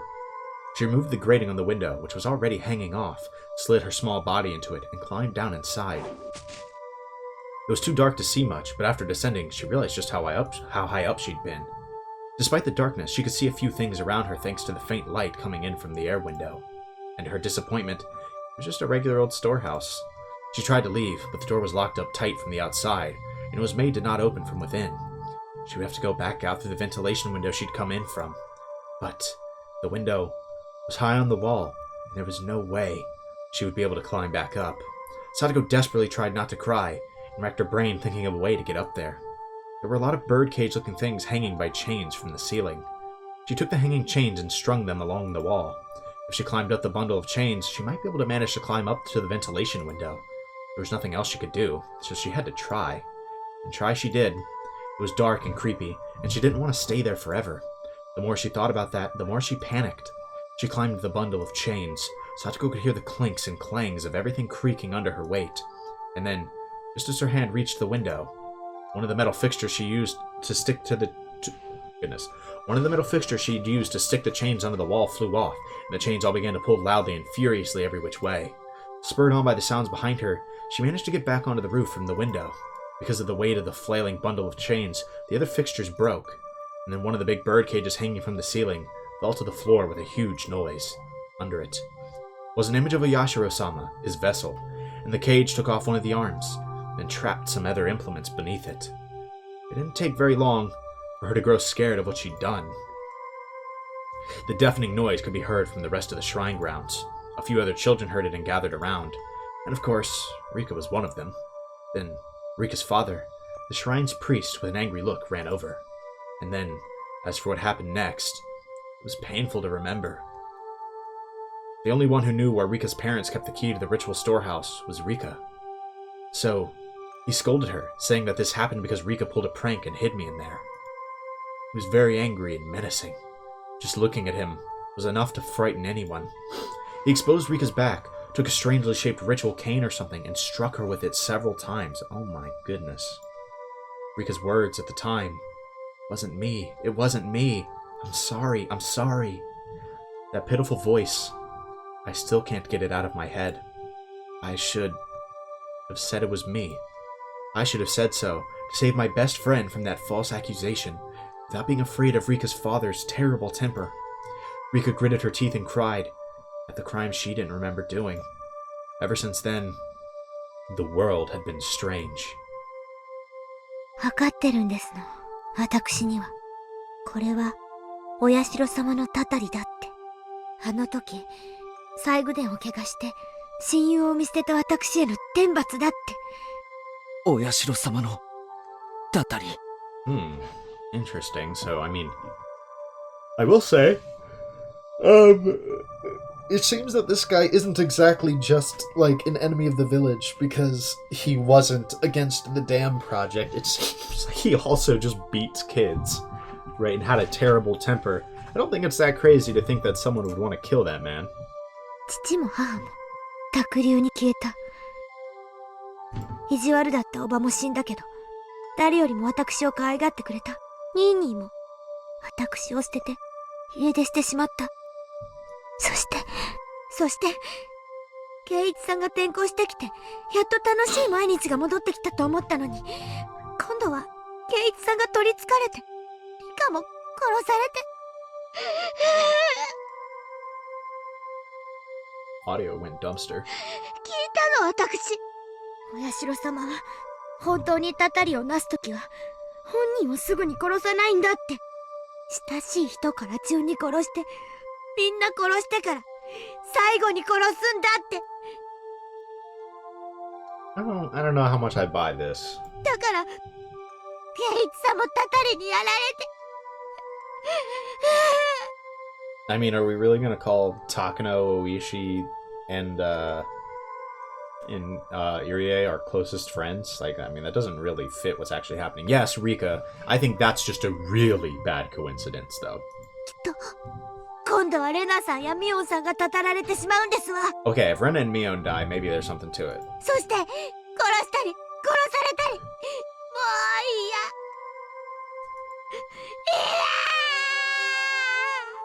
もう落ち着けよサトコ、たたりなんかない。誰もお前をいじめたりなんかしないって。 When I turned around, I was thrust away with amazing force. Given my hands were awkwardly placed on my head, I couldn't take the fall and lost my balance.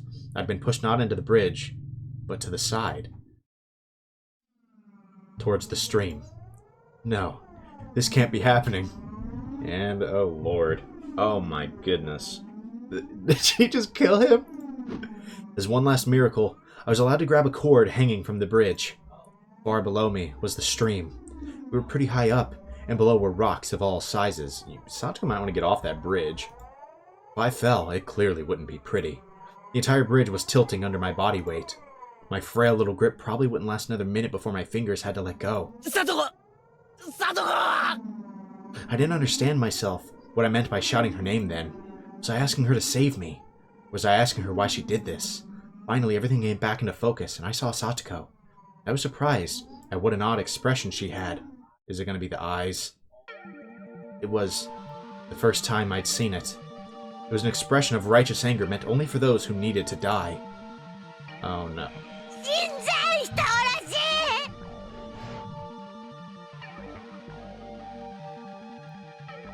い。 Jeez. 返してよ、ニーニーを返してよ、リカやお母さんを、ケイチさんを返してよ。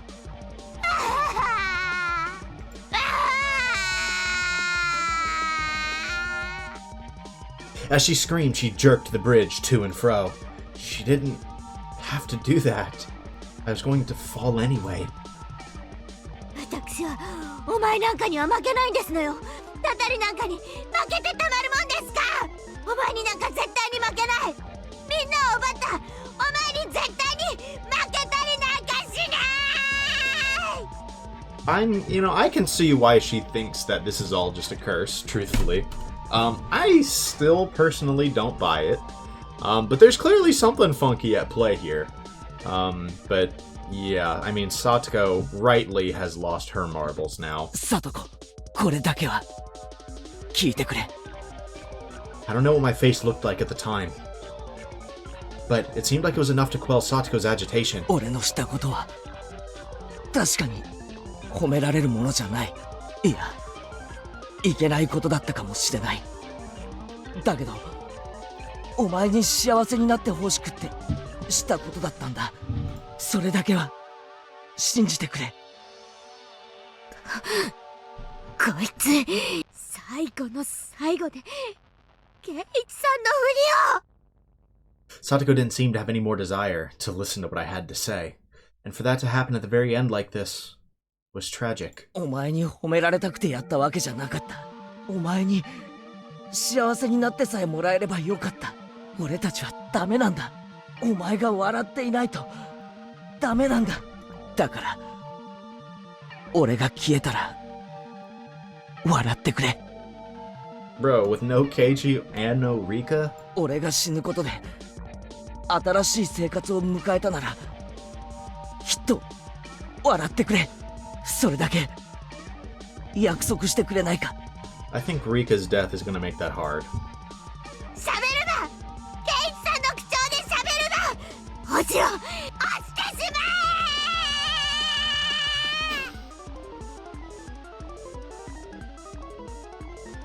え。 And those were the last words Satoko ever said to me. Those sad, tragic, and altogether unrewarding words. What on earth was I? My desire to make Satoko happy ended up like this. Where did I first go wrong? What was the mistake I made? When did I make it? Was I the crazy one? Or was it Hinamizawa? Even after all of this, I thought I wasn't crazy at all. It was this eerie world that was crazy. This world I'd accidentally wandered into that one night. And because that fun world where I never doubted all the crazy times we had as a club would go on forever, it couldn't possibly have transformed into such an abnormal world. That fun world wouldn't have ever ended with this, with Satoko pushing me to my death. In the end, I was going to be swallowed up by this crazy world and disappear. No, I'd probably already disappeared. Yes, probably. On the night of Watsunagashi, I'm sure that in the world I really belonged to, I had vanished that night, and everyone was worried. It's actually quite possible. It was laughable that I had taken this long to figure out I wasn't around anymore. Oyashiro-sama's curse in the 5th year was Satoko's uncle dying and me disappearing. I mean, I don't know. I don't know how much I completely buy that, actually, because I think it's still very likely that Toмотake died. In the real world, Satoko had already been freed. Maybe my friends were all lamenting my disappearance and valiantly trying to get back on their feet. And even though they were down to 4 people, the club would reopen. They would have a good time without me. Waiting for the day when I would come back. I'm sorry, everyone. I couldn't come back home. But this is what I wished for. It was my wish for Satoko's smile, and my duty as her nini. At this point, there will be nobody left to torture you. Because Satoshi and I, it took 2 years, but we succeeded. That annoying, toothy smile of yours. We wanted to see it one more time.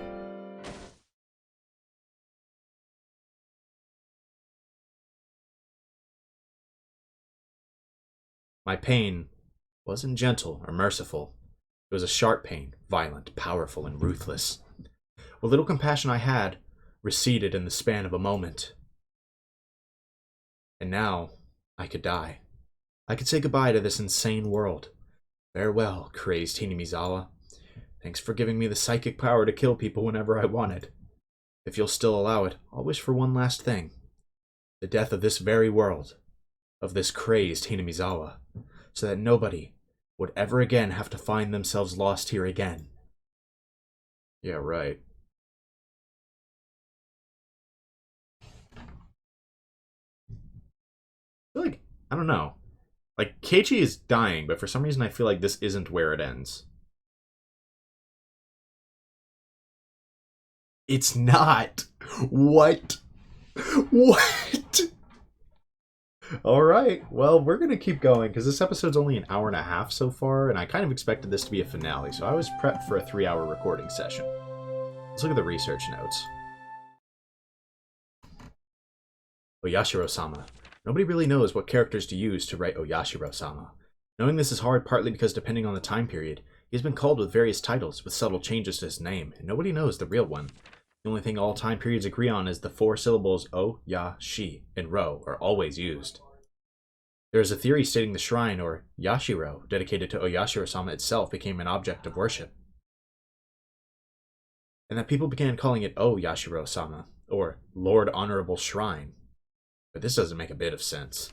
I don't know whether this is related, but people say the Furude family, the most respected bloodline in terms of worshipping Oyashiro-sama, actually inherited his blood. And in the legend the Furude family passes down, if for 8 generations in a row the firstborn child is a girl, the 8th daughter will be the reincarnation of Oyashiro-sama. If we go by this legend, the characters used for Oyashiro-sama's name should be O for honorable, Ya for 8, and Shiro for generation. Okay, I guess that could make sense. These character assignments are simply something I've thought up. There is no way to verify it. If this is true, then Oyashiro-sama would have been named as such under the assumption he would come again. The second coming of an object of worship can be seen in several religions, so this isn't unusual. But a few of these religions call the second coming of their object of worship a day of judgment, or something along those lines, and we must not forget they mean it to be the end of the world. Rika Furude, pampered and loved dearly by the elderly folk in the village, is definitely the, 8th girl born in a row. The rumors say she is the 8th generation, and Oyashiro-sama. I do not know the family tree of the Furudes, but at the very least, I can confirm that for the past 2 generations, the first child has been a girl. Rika Furude watches over Hinamizawa. If the village were to lose her protection, what would happen? Would peace between man and demon be lost? Would it once again create a hellish landscape where man-eating demons run rampant? A gruesome feast of the demons, who suddenly remembered how delicious the weak humans were, who could only cry, scream, and run for their lives. What would that look like? Just imagining it is enough to make my heart pound with excitement. Okay, Takano. Okay, Takano. We know you wrote that.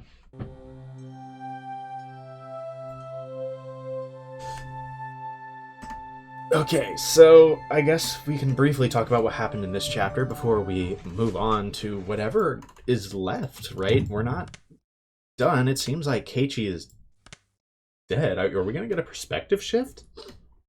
That'd be interesting. That'd be interesting. So, this chapter was an interesting one, and this is one that I'm definitely going to need to look at again. There was a lot of things in here that could potentially be important at some point. So first of all, we'll start by saying Keiichi goes to kill Teppei again, right? And when he goes to the house, he finds Satoko, right? A half-boiled alive in her bath, right? Because her uncle told her to get in the boiling water and count to 10,000, right? Keiichi pulls her out, brings her to the clinic, and upon going there, they find out that Irie killed himself with sleeping medicine, apparently. Which is interesting, because I think it's worth noting that there were several characters who were like, this doesn't seem like Irie, right? We're already in a game with lots of mysterious deaths. I don't think it's that crazy to think that Irie died. Or like was killed specifically, right? And then like died not of his own volition, right? Implying that this wasn't suicide. That really wouldn't shock me if this wasn't suicide. I don't know. If it was suicide, I guess you could maybe be like, he heard what Keiichi had to say about Teppei, and I guess really maybe he did genuinely believe it the whole time, and so he was like, oh wow, this world must be from hell, and just killed himself, right? I guess you could say that's possible. But I'm kind of thinking there's a good chance that those three at the very least died because they knew too much. Rika, though, right? So we should probably mention, yada yada, whatever. Keiichi tells Satoko everything, which, in my opinion, he shouldn't have bothered doing. He should have just kept his mouth shut, but he didn't.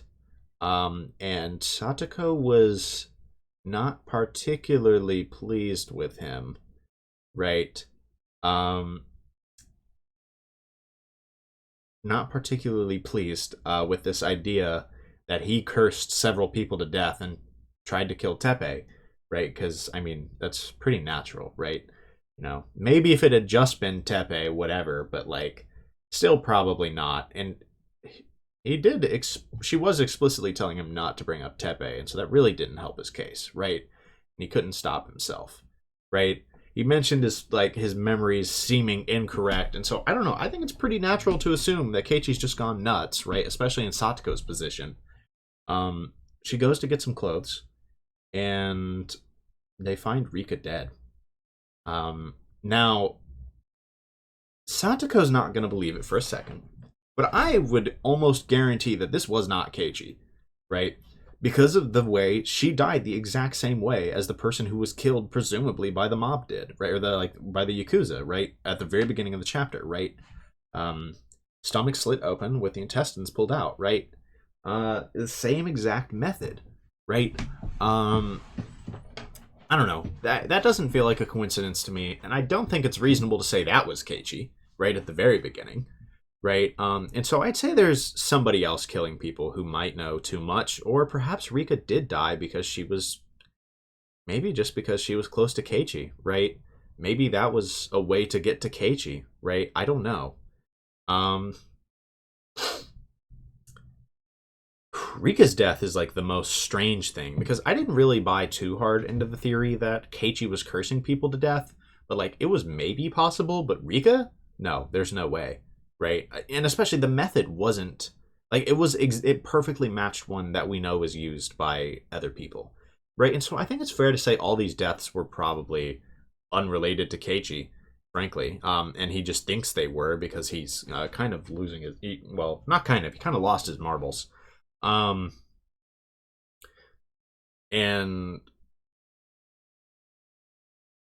rightly so, Rika's death sets off Satoko, right?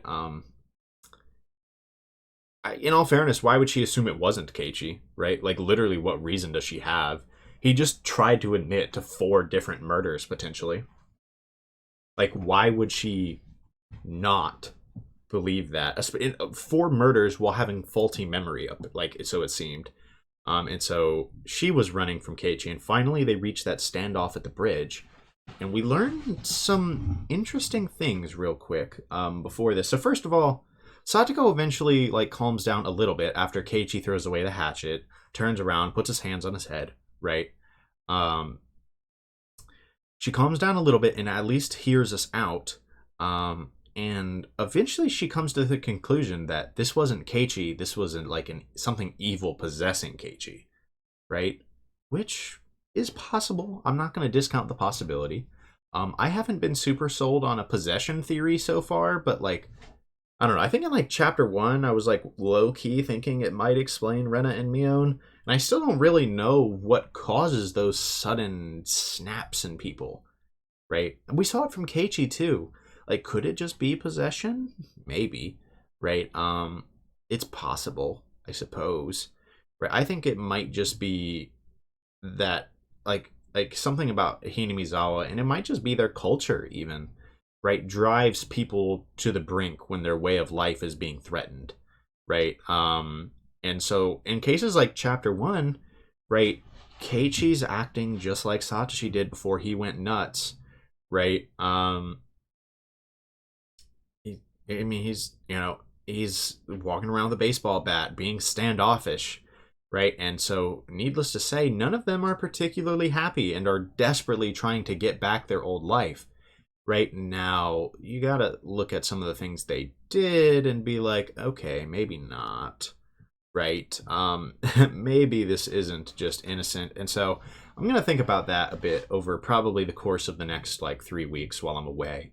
But really, the big thing here is Satoko seemed to believe that this was possession, and so that's just something to keep in mind, right? And she also flashed back to some of her past experiences when she snuck into the ritual storehouse herself, right? And accidentally crushed one of the arms on the Oyashiro-sama statue, right? With one of the bird cages, and Rika got punished for this. And she got like whipped, basically, or like caned is a better way to put it. Which, first of all, one of the big things is that kind of shows that Rika's dad wasn't exactly some great person. It would seem, I understand this was a lot more normal back in the like 70s or like late 70s, maybe early 80s, right? To like, to hit your kids. But like, I don't know. I can't imagine that even back then, doing it in public in front of people like that, probably not a great look, right? Especially as, a priest, right? Like, probably not a great look. I could see why some people would not like you for that, right? I could see why people would not like you for that. But Satoko, she was saying she'd seen this possession like before in people, and she'd seen it kill the people like around people. And so Satoko is really sold on the possession theory, and I mean, I think she kind of lost her marbles too, but I kind of have to keep it in mind as possible, just because of how strong she thought about, or like felt about that. But she's convinced it's possession, and so she pushes Keiichi off the bridge because she thinks he's possessed by something evil. Keiichi kind of gets in his last words like, look, everything I did, it was to make you happy, like, and then she's like, yeah, shut up, you're not Keiichi, stop using his mouth, right? And he keeps going and is like, please smile after this, right? Like, and she's like, yeah, you're gonna stop speaking with Keiichi's mouth. And then finally Keiichi falls and presumably dies. And he finally wishes, I don't think there's anything to say for his wishes. I don't think he has like curse ability, but he wishes for this strange, eerie Hinamizawa to go away. And so I don't know. I wonder if something weird's going to happen. Anyways, I say we just keep moving. I already saved. That was a really wild chapter. I mean, that was actually the first time straight up that we've seen a confirmed case of Keiichi dying to one of his 4 classmates, and it's actually Satoko of all people, right? Of all people. That's kind of wild to me. I would have expected her to be not first place, right? Not first. She was definitely closer to the bottom of the list than the top, especially after chapter 1. But there it is. Well, I mean, I guess maybe Keiichi lives, but I'm going to assume he's dead. He seemed convinced he was dead, at least. Yeah, let's go ahead and continue this and see what's going to happen now. I literally have no clue where they're going to go with this.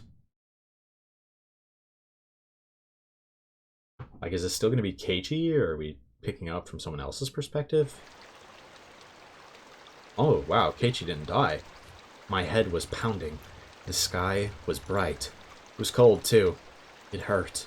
Each sensation I felt led to a new and different one awakening. When I came to, I was lying face first on a dry riverbed. A few body parts hurt a lot. The skin over a bunch of my joints was torn, turned blue or red or oozing blood. I could tell it was my bones that were in pain from the agony I felt whenever I moved. I looked up and saw how high the bridge from which I had fallen was. Considering I dropped from there, it was a miracle that I could open my eyes again, right? Right next to me was a broken, upside-down car seat, which I guess some pranksters had brought here. Maybe this thing had been conveniently lying right under me, allowing me to escape instant death. Miraculous. Of course, I didn't know whether this miracle was fortunate or unfortunate. I'd failed to die, and now I was still stuck in this insane world. How long had I been unconscious for? The sun was high in the sky, so it looked like only 1 or 2 hours had passed. Though my body's sluggishness didn't make it feel at all like so short a time had gone by. Mentally, it felt like I'd been asleep here for a decade. I cannot believe he lived. Okay, so scratch that off about first confirmed death from a classmate. The more feeling returned to my body, the more pain flooded in. It hurt so much it would have been better not to have woken up. I needed to get to a doctor. Yeah, to Coach's clinic. The term Coach's clinic brought memories back one after another. Memories I wish I hadn't recalled. Satoko was no longer on the bridge. She would have returned to Hinamizawa by now. And she would put on some clothes, go to the clinic, get a checkup, and report on how crazy I had seemed. The police were waiting for me without a doubt. This time, when they find out for real that I'd killed her uncle and arrest me, or would they just send me to a mental institution like I thought they might? Still, I didn't care which it was. Please, someone stop all this pain. You can boil me or cook me after that, whatever you want. I began to walk unsteadily, just limping along. I went downstream, and then through an animal trail-like path in the woods. I walked haphazardly, searching for a path I knew. Eventually, I finally came across a familiar road and set off towards the clinic. Not to my house, but to the clinic, which had treated me like a lunatic. It was hot and humid. There was no wind, and the air was stagnant. For a while now, I've been smelling the terrible stench of burned eggs, and it made my face scrunch up. And then at last, I noticed something. I couldn't hear any cicadas. It was the first time I'd heard Hinamizawa be so utterly silent. Bro, if everyone is gone... When I thought back, it seemed like birds always chirped in the morning, cicadas always cried loudly in the afternoon, and Higurashi always rose up in chorus in the evening. Always something to hear. I couldn't hear a single insect. The only thing I could hear was the rustling of the wind brushing the treetops. I'd never experienced this sort of quiet before. Even the only sound coming from the trees lacked life somehow. The trees were yellow, and many leaves were spread on the ground, despite it being too early for autumn. Even the weeds that had been growing so persistently at the side of the road had yellowed, browned, and lost their vigor. Only the sunlight itself was of the June Hinamizawa I knew.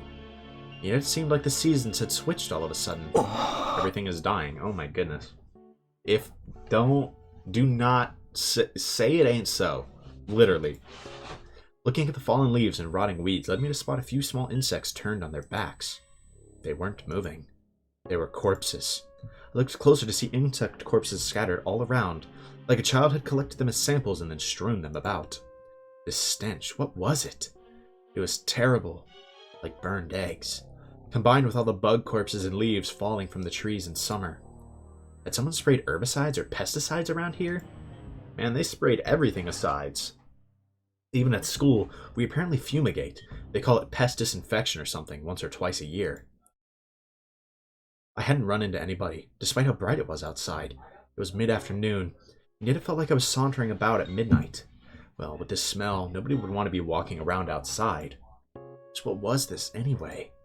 There was no sound, no noise. Not even a breath. Hinamizawa was silent. The school would come into view right after turning this corner. Yet I couldn't hear any commotion at all. None of the shouts or grunts that children always made. It was simply quiet. Just as pretending to ignore the silence had grown intolerable, I saw the school. And finally I heard something. It was the sound of a few trucks. There were a few very tall trucks parked in the schoolyard, idling. About 10 workers in raincoats were unloading things from their trunks. It was hot and humid in my casual clothing. I couldn't imagine how unbearable that must have been. And then I remembered. Our school was rented from the Forest Service field office building, wasn't it? It wasn't strange at all for Forest Service trucks to be doing some kind of work in the schoolyard. Besides, what did forest rangers do anyway? I felt bad for them having to work in such heat and with such a stench about. They were taking colorful cargo out of the truck and lining it up in the schoolyard.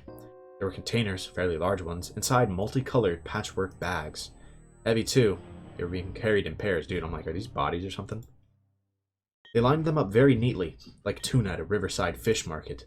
Several, dozens, hundreds of tuna were completely filling the fairly wide schoolyard up. Can you actually see tuna? No, I think he's just guessing. I forgot my pain for a little while, captivated by this big forest ranger job I'd never seen before. As I stood there watching in a daze, the people in raincoats working on the other side noticed me. One of them pointed out and they shouted a few things back and forth. Thought they might yell at me for getting in their way, so I decided to leave post-haste. But then 2 trucks drove up behind me. I stepped aside and they entered the schoolyard. Sheets covered their trunks, but I could tell they were completely full. As they passed, there was an awful smell that made me want to choke. It wasn't the same burned egg smell as before, but an even worse one, like rotten crab meat. I mean, those are definitely corpses. What on earth was it? I'd been enshrouded in one terrible stench after another all day. Then, certain white letters emblazoned on the sides of the passing trucks caught my eye. Ground Self-Defense Forces. What? Self-Defense Forces? Like the army? How is the army in the schoolyard? Oi, Kimi. どこから入ってきた? Suddenly, someone slapped me on the shoulders from behind. I turned around, and a canopied SDF Jeep was parked there. What is that, like, Special Defense Force or something? The SDF person had on a green raincoat and a gas mask like in the movies, carrying a compressed air cylinder. He didn't look normal. There wasn't an inch of exposed skin anywhere. どこから入ってきた? When I tried to talk, I stretched a wound on my head. It made the SDF people exchange glances. I couldn't see their faces through their masks, but they seemed surprised. 君はHinamizawaの住民か? 住所と名前は言えるか? 一応ここに住んでますけど、名前は前原圭一です。あ、住所は獅子骨市Hinamizawa村。After seeing me tell them my name and address without hesitation, one of the SDF people watching from the Jeep started talking into a radio. 本部、応答願います。本部、応答願います。402生存者発見。繰り返す。402生存者発見。場所は営林署入り口前。What the hell happened? Did this place get like chemically attacked or something? 生存者は健在。全身に外傷を認められるも生命に支障なし。自立歩行可能。これより保護し本部へ送致します。I was prepared to go along with the police, but the SDF? I couldn't help but think it seemed a little bit much. They urged me into the back of the Jeep, and then they told me to put on this gigantic gas mask. I did so, and one of the troops fiddled around with it, strapping it tightly to me. It was heavy, hard to see out of, hot and difficult to breathe. Just looking at the world through the lenses made it lose its sense of reality. My breathing sounded like some giant monster through the mask. At this point, I had no idea what was happening. With much trepidation, I asked the trooper adjusting my mask. すみません。 Yeah, what the hell happened? 何かあったんですか? 君はどこにいたんだ? 何をしていたんだ? Hey, don't answer a question with more questions. I was the one asking you. ずっと山に入ったところにある吊り橋から落っこちて河原で多分気絶してました。今日が何曜日かもよくわからないです。今日は昭和58年の6月22日。 So did we miss a day? 水曜日だ。 That surprised me. Sadako pushed me off the bridge on Tuesday the 21st. That meant I'd been asleep on that riverbed for an entire day. 改めて聞きますけど、何があったんですか? なんで自衛隊が来てるんです? 何かの訓練ですか? Had my question been that difficult for him? None of the troopers would answer me. It's probably classified. The one in the driver's seat talking on his own radio turned on the vehicles. He turned the dial and some broadcast station or another came in. He started to listen to the voice of a radio announcer I was familiar with. より首相官邸で行われました。記者団からの自衛隊の災害出動が迅速に行われなかったことが前例のない未曾有の大災害に直結したのではないかとの質問に対し、奥野官房長官は次のようにコメントしました。でありまして、県知事からの派遣要請を受けて迅速に対応したものと思っております。と、このように述べ、要請を受けてからの自衛隊の出動は迅速であった。そもそも自衛隊の派遣を要請した県知事は、災害発生から前例のない大災害であることをいつ認識できたのか、そして災害派遣要請までにいわゆるお役所的なロスタイムが生じ、被害の拡大を招いたのではないか、今後の究明が待たれています。Especially when it regards matters in Hinamizawa, them taking too long to send like government, like, you know, like forces, right? In this, you know, whether it's police or the army in this case, right? That's not really shocking. It seems like they always just kind of leave this place to its own devices. 首相官邸より報道部の尾形記者がお送りしました。さて、ここでもう一度災害発生からの行政の対応を振り返ります。In the middle of the night, between June 21st and June 22nd, a large-scale disaster broke out in Hinamizawa village, Shishibone. The details have not yet been investigated, but there was an eruption of volcanic gas from somewhere in the Hinamizawa area. The gas was relatively heavy, and as it spewed out, it began to flow. That flow went down along a small river and headed directly into Hinamizawa village. After a few hours, it had covered the entire region. Went down a small river. I wonder if that's the one Keichi was by. It happened in the middle of the night, 2 to 4 a.m. Every home and household in the village was afflicted. With most of the residents asleep, it is thought that they all died without noticing the crisis. The catastrophe striking in the middle of the night caused its detection to come too late. But there was still one small opportunity to have noticed it. 3 a.m. A news dealer's shop in Okonomiya sent a vehicle carrying the morning newspaper to its branch office in Hinamizawa. Usually the shop would be contacted upon the vehicle's arrival, but this morning, that didn't happen. The news dealer's shop made repeated calls but got no response. The shopkeeper sent his eldest son to check on things, but they lost contact with him as well. 非常に悔やまれています。この時点で警察か消防への連絡があったなら、事態はもっと改善されていた可能性が高いでしょう。Jeez. 少なくとも村全滅という惨劇は免れた可能性があります。Man, it sounds an awful lot like Keiichi wished for the destruction of this damned Hinamizawa, and it actually happened. 6 a.m. Residents in areas in the same region began continuously calling 119 to report the smell of rotten eggs, dizziness, nausea, and headaches. The fire department received the same reports, all from the same confined region. They speculated a truck loaded with chemicals may have gotten into an accident and reported it to the local police. 6:30 a.m. Contact was lost with a patrol car on duty in the Hinamizawa area after the officer reported the smell of rotten eggs. The local police considered the possibility of a large-scale disaster involving highly lethal gas and reported it to the prefecture and prefectural police at 7:15 a.m. 8 a.m. The governor was traveling to nearby prefectures for inspection, so in accordance with regulations, the prefectural environmental disaster prevention chief was provisionally escalated to director general and set up a disaster countermeasures office. However, without contacting the governor, the countermeasures came too late. 近年、市民団体によって指摘されていますが、議員待遇者との視察旅行は完全に親睦を目的にしたもので、主演三昧だと噂されています。近い筋の話では、知事は徹夜で飲んだくれて、泥酔状態で就寝していたそうです。環境部長から電話があった時も泥酔していて、全く取り合ってもらえなかったのだそうです。Yikes. And so the authorities, in the hour or so it took for the governor to grasp the situation and sober up, did nothing but accumulate information. 知事は言うに及びませんが、知事不在時には本部長を務めることになる環境部長にも怠慢の責任が問われるでしょう。また、県としても大災害を想定したマニュアルが用意されておらず、対応が常に後手に回ってしまったのが致命的でした。9:12 a.m. On the advice of the prefectural police, the governor requested a disaster relief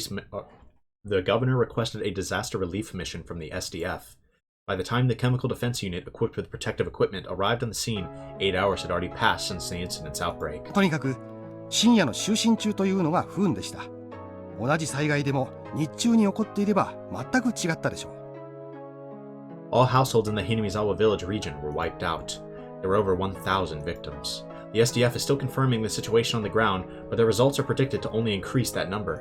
スタジオにはゲストとして火山性の災害にお詳しい地学博士の藤原先生にお越しいただいております。先生、火口部に限定して申し上げれば決して珍しいことではありません。火山大国日本にはたくさんの活火山がありますが、それらの火口部はいずれも危険なガスの噴出する危険性があり、一般登山者も火口部周辺には立ち入らないのが一般的です。And we just situated an entire village by them. では今回南沢村を襲った卵のフラン臭のするガスというのも火口部では一般的なガスということですか？卵のフラン臭という特徴から、おそらく火山ガスの中でも事故例の多い硫化水素によるものだと考えられます。高い濃度であれば非常に危険なものです。This is wild. Dude, like, I know this game always takes the craziest turns out of nowhere, but I didn't expect Keichi isn't dead and instead wakes up to everyone else dead from a hydrogen sulfide accident. What? Dude. 南沢村は火山の火口部とは全く縁遠い場所にあるわけですが、そういった火口部でない場所にもその硫化水素が発生することがあるのでしょうか？詳しいことが分かっていないので、まだはっきりとしたことは申し上げられませんが、外国の例で温泉の地下のマグマだまりからガスが噴出したという記録があります。極めて希少な例ですが、必ずしも火口部でなくても発生の可能性はあるということです。This feels like another cosmic coincidence, but, I kind of doubt Keiichi's gonna take it as such. 先生、ありがとうございました。今、防衛庁から発表があった模様です。防衛庁の森川さん。はい、防衛庁です。先ほど防衛庁は南沢村ガス災害の主原因となった火山性ガスについて、陸上自衛隊科学学校での分析の結果、二酸化炭素と硫化水素の混合ガスによるものだったと発表しました。Carbon dioxide and hydrogen sulfide. 森川さん、そのガスは依然として噴出を続け、周囲に拡大しているのでしょうか？現在、南沢村で救助活動に入っている自衛隊第9師団の報告として、ガスの濃度は徐々に薄まりつつある。これですが、依然南沢村地区は危険な状態にあることには変わりなく、今後も注意深く監視を続ける必要があるようです。防衛庁から報道部の森川記者がお伝えしました。続きまして、避難を余儀なくされている沖宮地区住民の模様をリポートします。現在避難所の一つとなっている下篠崎小学校に報道部の現地記者がお伝えいたします。 What are those buzz sounds 何ですか supposed to be? それ。 Yeah, I mean, can you imagine waking up to this? Inside the jeep, clambering and bouncing along the rough road, none answered my muttered question. An unprecedented catastrophe had destroyed Hinamizawa in a single night? Where was Hinamizawa village anyway? Someplace deep in the mountains, right? Names of places I'd heard about on the radio were always like that. They were all places I'd never heard of, much less knew the locations of. Wiped out? What does that mean? Don't they usually say how many died and how many were injured? How many people were alive? Where did everyone evacuate to? Eventually we came into view of Coach's clinic. For the first time, I saw the flag of Japan hanging on a pole outside. Japan's circular sun hung down as though exhausted. Many SDF tents were set up in the clinic's big parking lot. Many strict security vehicles were parked there as well. When they saw the jeep coming, men in white clothing and gas masks came running out of the clinic, frantic, carrying a stretcher. もう大丈夫だよ。具合は歩けるかい？歩けます。And because of my ows, they forced me to lay in the stretcher anyway. People who seemed like doctors were looking at me and notifying others of my condition via radio. 外傷多数。骨折もしくは内臓損傷の可能性大。頭部に大きな裂傷。瞳孔正常。眼底に出血なくも脳内損傷の可能性は否定できず。And then, from the clinic entrance, people lying on stretchers were brought outside to replace me. Judging by their clothing, they were from Hinamizawa, and That's how I knew they were victims. They brought the stretchers in front of a truck. 2 troops, holding shoulders and legs like some kind of baggage, picked them up and threw them into the trunk.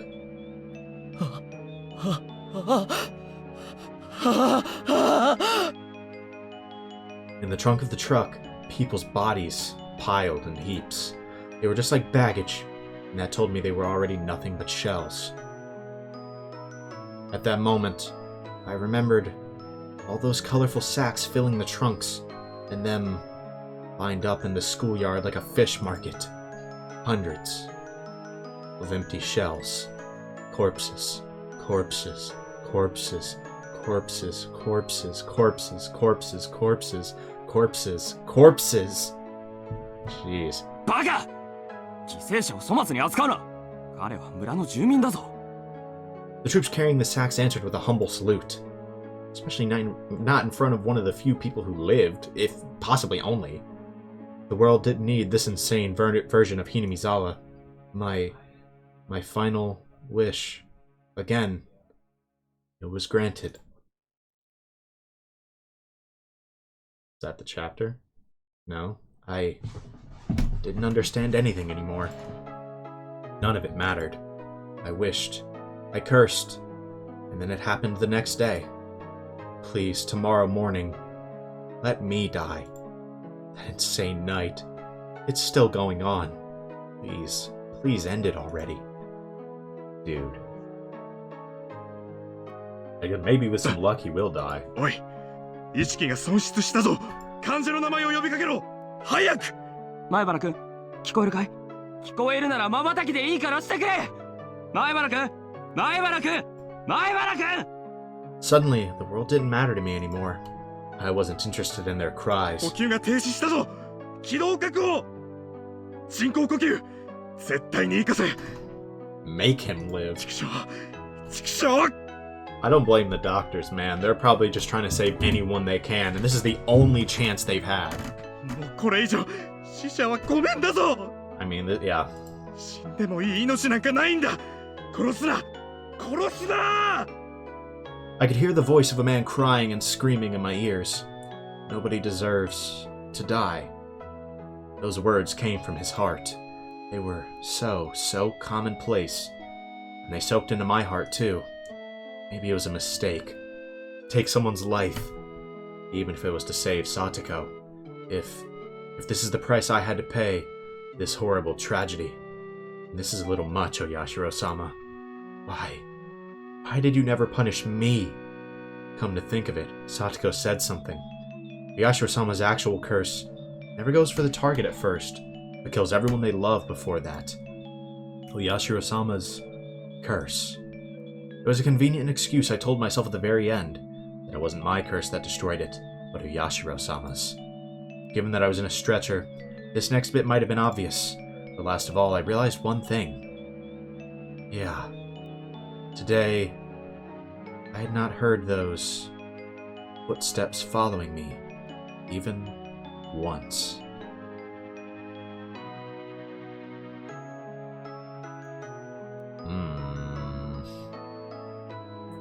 What does that mean? Like, I feel like this is a statement I actually have to figure out the meaning of. Like, what are the footsteps? I don't know, let's just keep moving for now. And now, I was liberated. As the cries of the Higurashi I couldn't have been hearing filled my mind. Their tearful ensemble was the only funeral march I had.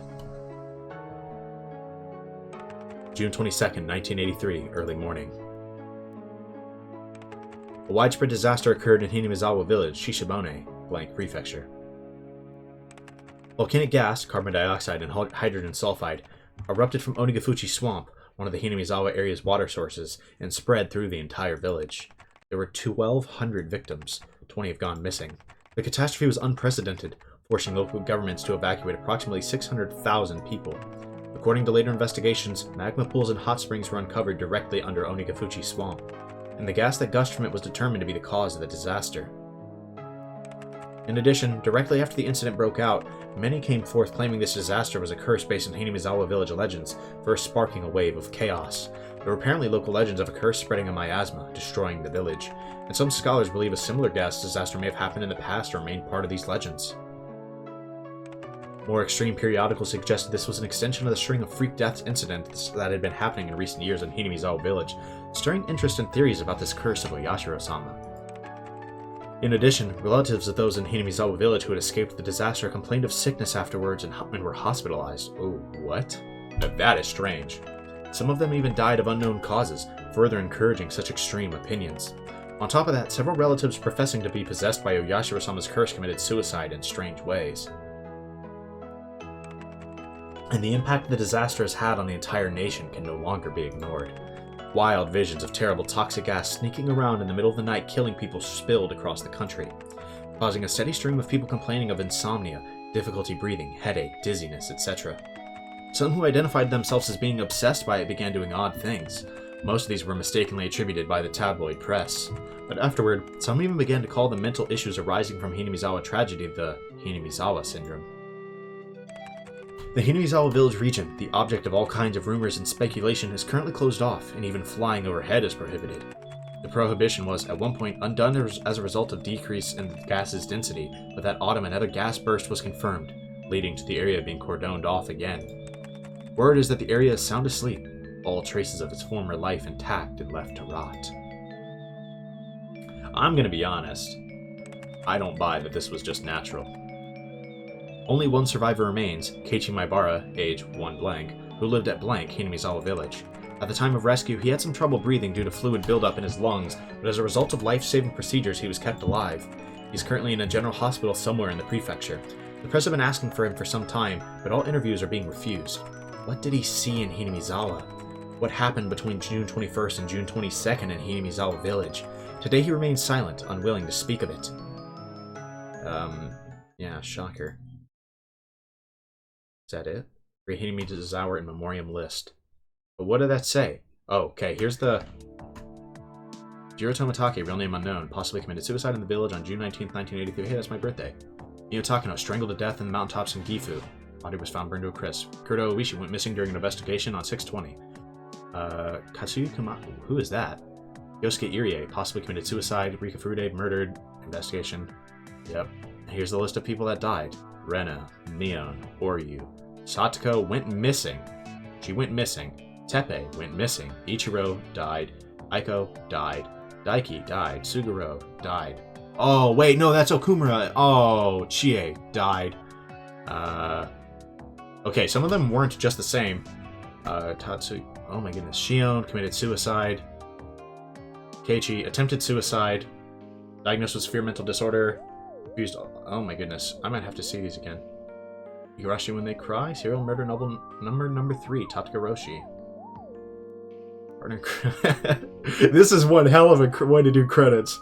That's a banger way to do credits. That's all I'm gonna say right now. Okay.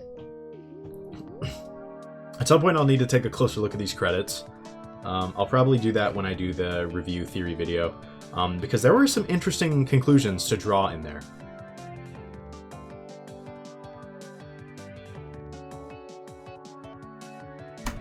I assume that means this is the chapter then.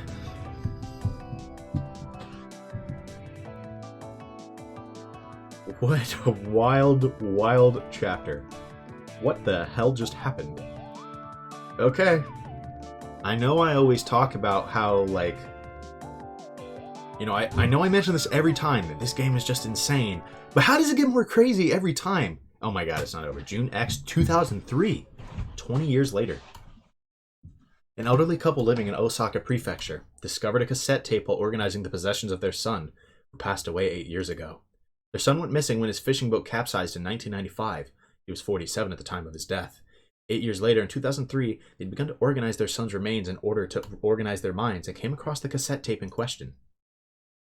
From 1975 to 1989, the deceased had experienced working as a journalist for a photography periodical, and this tape is thought to have been created during that time. The label on the tape read 11/28/1983, Keichi Maibara. It is thought the tape was recorded during an interview with Keichi Maibara, the only survivor of the Great Hinamizawa disaster that occurred in June of 1983.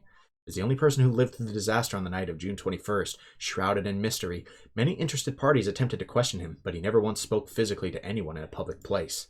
Therefore, the tape caused quite a stir, possibly being of extremely high value. Click. なんだか録音されてると思うと、すごく喋りにくいですね。気にしない気にしない。ほら、こうすれば録音してるのも気にならないでしょ。After this, the sound quality dramatically decreases. Did he cover the recording device with something? じゃあ始めるね。まず最初の質問から。ケイチ君はあの大災害の夜どこにいたのかな？神社から裏に抜けて、ずっと林道を進んで、吊り橋があるんですよ。山に入る少し前に。そこから落ちて、気を。それは大災害の夜、つまり21日から22日にかけての深夜のこと？ Wild that the one curse he really wanted, or like the last curse he really wanted, couldn't come true. He couldn't die. いえ、21日の火曜日の朝です。それで、次の日の昼間に目を覚ましたわけですから、1日半はそこで気を失ってたと思います。Quite a stroke of luck, in a roundabout way. どうしてそんなところに？誰もが持つ疑問だけど、当日は平日で、しかも落ちた橋は君の家と学校からは大きく離れているよね。What's he gonna make up for this? ザックバランに行って、君が大災害の発生を事前に知っていて、村から逃げる途中に吊り橋から落ちたんじゃないかっていう声もあるんだけど。That's insane. 冗談じゃないです。勝手なことを言わないでください。私も随分ひどい言い分だと思うよ。気を悪くしないでね。さて、次に圭一君が落ちたという吊り橋なんだけど、地図で言うとここだよね。I feel like they're gonna say that this was the river literally that the gas came from. 神社の裏から林道を抜けて至る吊り橋というのは。多分、俺もあんまり行かないところなので、自信はないですが。そんなに行かないところに、どうして平日の朝に行ったのか、疑問は尽きないけどな。それで、この君が気絶していたという河原なんだけど、実はそれはありえないという噂は知っているかい？ありえない。また、ありえないですか。まだ。For a little while, Keichi Maibara mutters the word impossible several times. どうしてありえないと？火山ガスが発生したのは鬼ヶ淵という沼なのは知ってるよね。Theories that it went up that river. それで学者の先生が緻密な模型を使ってシミュレーションをしたら興味深いことが分かったんだってさ。例の火山ガスってのは空気よりも重いらしくて、地形に沿って低いところへ流れ込む水みたいな性質があるんだってさ。それで発生源の鬼ヶ淵沼からそういうガスが噴出し、どれくらいの時間をかけて村を覆うのか実験がされたんだ。そしたらさ、君が気絶していたという河原、流れ込むんだよ、ガスが。よく言ってる意味がわからないんですが。つまり、君が本当にこの河原で気絶していたなら、君は丸一晩、猛毒の火山ガスの中にいたことになるんだよ。Interesting. So what does that mean? だからつまり、君がここで気絶をしていた可能性は否定されたわけさ。もっとざっくばらんに言うよ。私はね、君が嘘をついているんじゃないかなって思うんだ。君は大災害の時、安全なところに身を潜めていて、ガスが薄れた頃合いを見計らって村に現れて自衛隊の人に保護された。どうかな？図星かな？ For a short time, the journalist presses Keiichi Maibara further in a teasing way, but all that can be heard are heavy sighs. 仮にそうだったとしても、俺は今更驚きませんけどね。驚かないとはどういう意味だい？ His memory had been faulty for a while, and that village was insane. Was this recording really taken of Keiichi Maibara? Some harbor suspicions. ありえないって、あのHinamizawaでは、ありえないことなんていくらでも起こるんです。死んだはずの人が生きてる。そんなこと、珍しいことじゃないんですよ。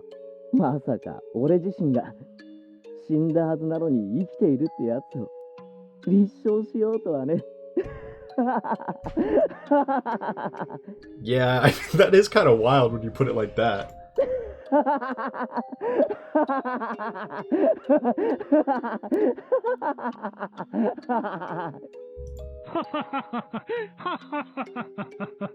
What a creepy way to end this chapter with this recording. What the hell? And I mean, to me, it seems like this journalist probably died because this tape was found, and these sentences right here could maybe, like, really push suspicion into the cause of this incident. The journalist and Keiichi Maibara both laughed for a while. To verify its authenticity, I had others in the Maibara family check the tape. Oh. Okay. They're not, To verify its authenticity, I had the others in the Maibara family check the tapes with his voice in it.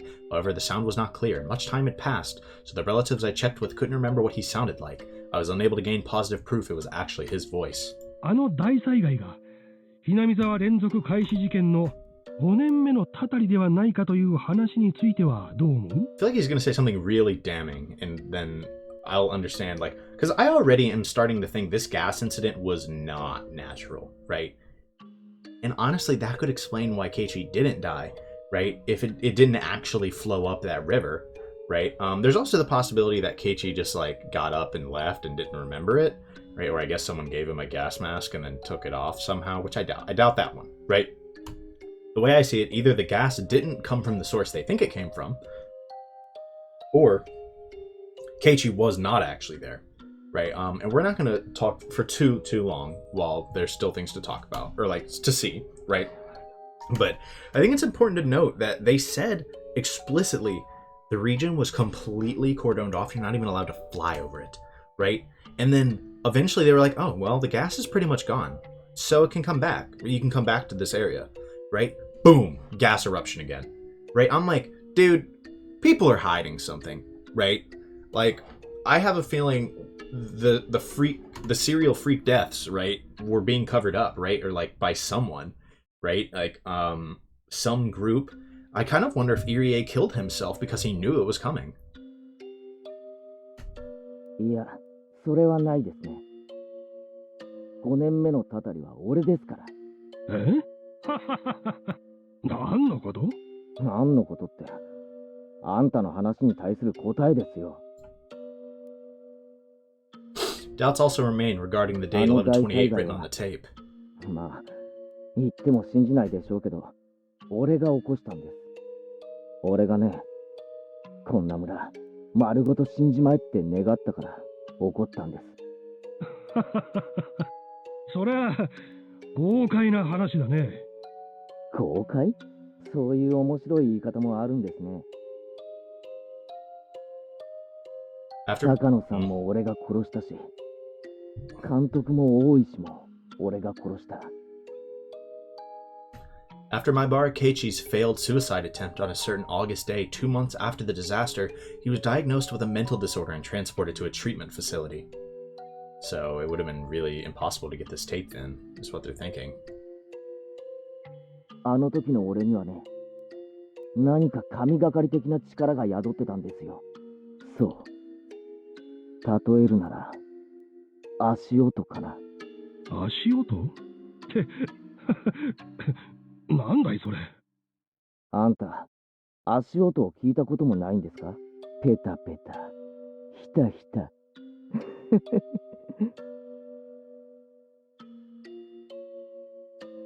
あんたも今日からは歩いてるとき、不意に立ち止まってみると面白いですよ。The footsteps will stop. The facility never allowed any news coverage, so it's extremely unlikely that a tape from the media dated after August 1983 would have his voice on it. So either the date is wrong, or a Keiichi that shouldn't have been there was there, right? Which wouldn't be the craziest thing. God dang it, I have goosebumps again. Why do Higurashi endings always do this? それでね、自分がちゃんと立ち止まったにもかかわらず、足音が一つ気をつけた方がいいですよ。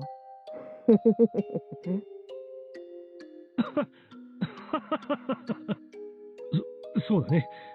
気をつけるようにするよ。Dude, could you imagine being a reporter getting told all this? そんなに俺、面白いこと話してますか？あんた、さっきからヘラヘラと笑ってばかりですね。However, the reporter had been criticized for his forceful methods of collecting data while he was active, so there's still a possibility that he broke into the facility and forced Keiichi Maibara to talk. Yeah, maybe. 監督と同じだ。俺のことを同情したり、話を聞いたりしてるふりをしながら、その実、人のことを異常者扱いしてる目だ。そんなことはないよ。いや、俺にはわかるんです。あんたの目は監督と同じだ。あの日以来、もう足音は聞こえない。Is this truly Keiichi Maibara's voice? The authenticity of this recording is still wrapped in mystery. だから俺にはもう、あんな恐ろしい力は残ってないだろうけど、今ここでもう一度、あんたの死を願ってみるよ。俺に不愉快な話ばかりをする。あんたの死を。そうだな。今回は一つ、死に方も決めてみようかな。If he says a capsized fishing boat. 高野さんは焼け死にだったから。No. じゃああんたは逆に水だ。水に溺れて死ぬってのはどうだい？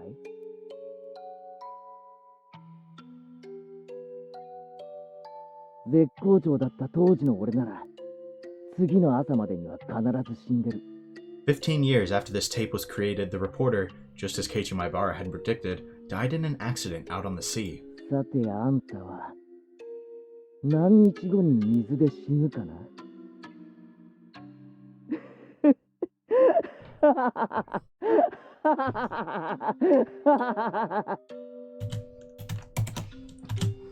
あんたも気をつけろよ。俺ごときにたたり殺されるな。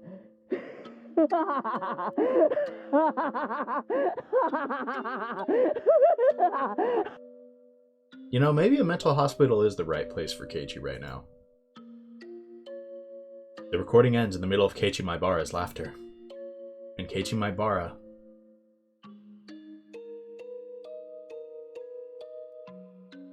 Late on the night of 11/30, 1983, 2 days after the interview, he suddenly died from a high fever, cause unknown. Records remain of the strange words he kept giving after pressing the call button the day before he died. An extra set of footsteps. Oh no. また一つ余計に。Oh my god, what the hell is going on?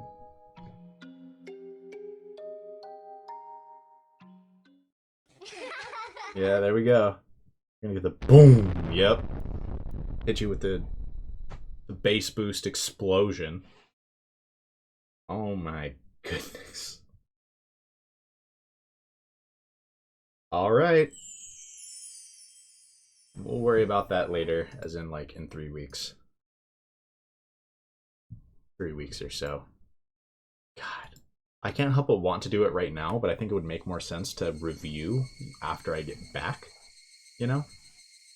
So, well, first of all, let's start by talking about this episode, and then we gotta talk about the chapter as a whole. Okay, I mean, we kind of already talked about this. We did 2 chapters in here, that we, like 2 big chapters. One of them I already discussed with Satoko pushing Keiichi off of that bridge, right? So we already talked about that earlier. But then Keiichi wakes up alive. He doesn't know it at the time, but it's been a little over a day since that happened. And he walks back into the village and everything has died, right? The plants are dying.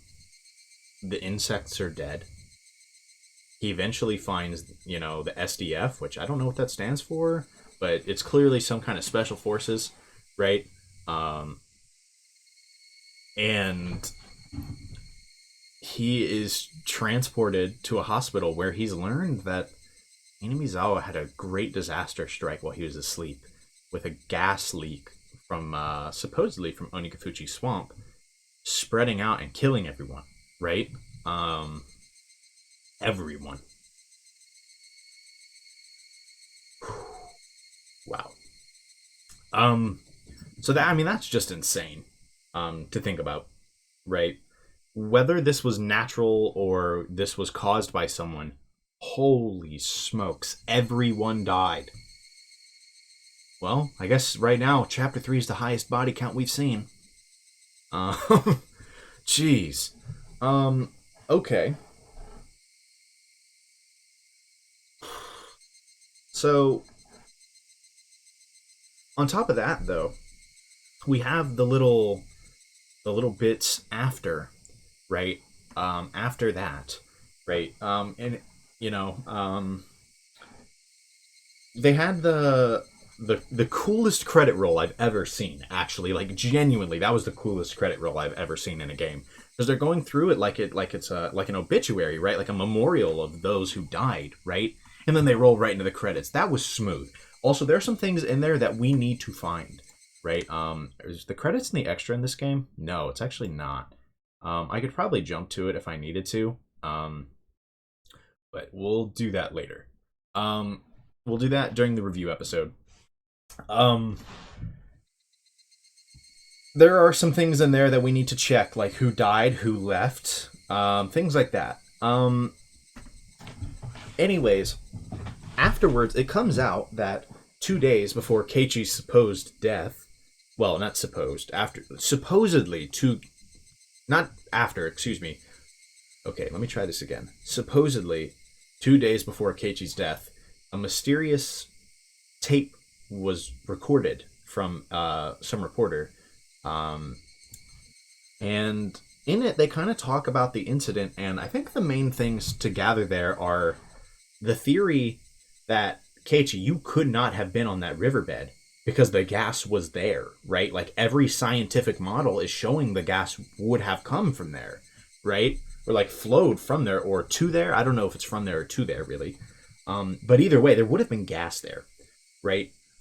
There's no way you could have been there, right? You would have died, right? So he thinks he's lying, right? Keiichi, I mean, like I kind of mentioned this earlier, either the models are wrong and there was no gas down there, and perhaps that indicates that this was a man-made disaster, which I suspect anyways for reasons I stated earlier, such as the fact that, like, I think people were maybe just trying to hide things, right? Like when they unquarantined Hinamizawa, they suddenly had another outbreak, right? Or like another, like this gas came back, right? And I'm like, okay, bro, like there's no way. Anyway, so it's either like the gas wasn't there, and like you said, that could indicate it was like a man-made disaster rather than a natural one, or it could mean Keiichi wasn't there, right? And what could that mean? I mean, do we assume that means something along the lines of, I don't know, Keiichi, like, got up and left and maybe was somehow responsible for this himself, right? And he just didn't realize? I don't know, maybe he's just having a lot of gaps in his memory, right? And he was up and about, right? I don't know. From what we saw of Keiichi's perspective, we certainly saw nothing. But again, perhaps he's just had gaps in his memory. Maybe he did kill Takano. Maybe he did kill Oishi, right? Maybe he did kill Coach, right? And we just don't know, right? Like, I don't know. So that was one big thing we learned. The other big things we learned, really, are, first of all, that the footsteps stopped, right? We learned this earlier, but he mentioned they stopped right after the village died and he lost his power, in his words, right? One thing I was really curious of, right, in that moment, so he cursed the reporter to die via drowning, and honestly, I'm kind of wondering if this tape was found and he was intentionally killed in that way to make this all seem like some curse or something, right? That's one thing I'm wondering. Because that'd be probably one of the better ways to try and cover this up, right? Make it seem like some supernatural event. Because we learned that his boat capsized and the reporter drowned, right? Could that have been Keiichi's curse? Sure, but it was 15 years later. That doesn't match any of the incidents that we saw, right? And so I think that was some like cover up kind of. That's my initial thing that I'm suspecting. I almost said suspicion. That would have been dumb. Suspicion is what I was looking for. But then we get the creepy knowledge that Keiichi died 2 days later, right? And he was reporting that the footsteps were back, right? And then he died of a high fever, like caused by unknown causes. I'm pretty sure. Which, I am suspecting foul play again. I think it's safe to suspect foul play in a lot of things in this chapter, realistically. Pretty much everything, that is. Wow. Okay, so I guess now it's time for us to talk about the chapter as a whole, really.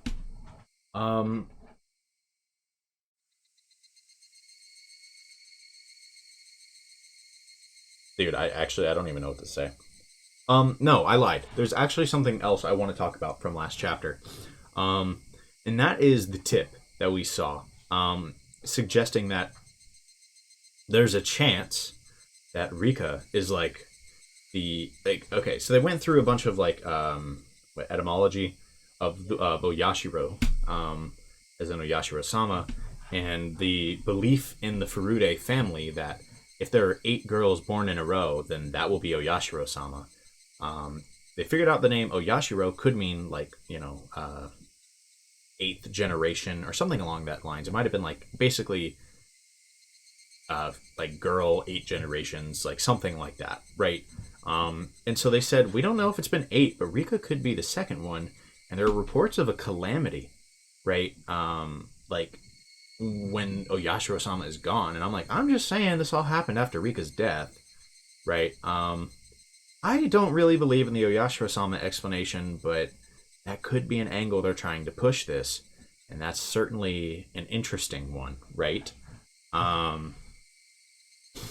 The idea that Rika is somehow Oyashiro-sama, and that with her death, right, everything went crazy, right? And I mean, to be fair, that's kind of accurate to how Chapter 2 went.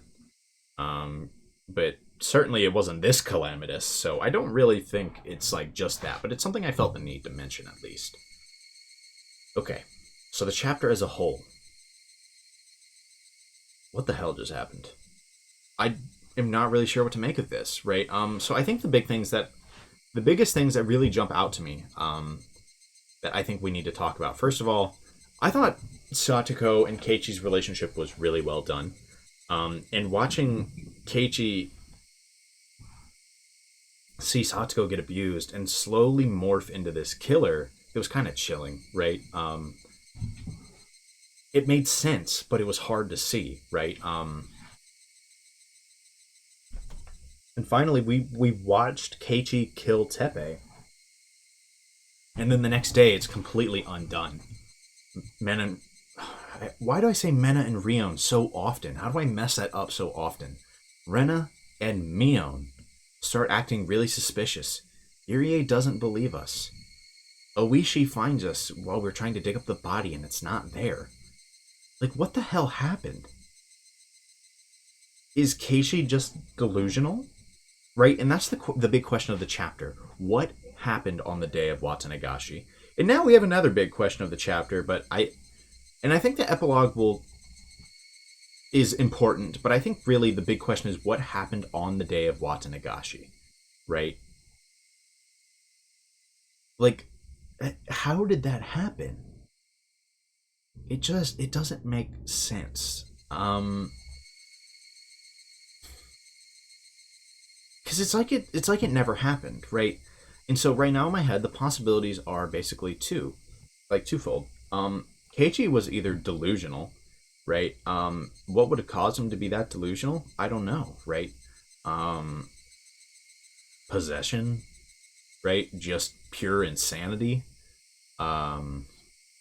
Maybe the gas was already starting to leak, right? And maybe that's always been the cause of why people are crazy in Hinamizawa. I've suggested it could be something natural within the village, right?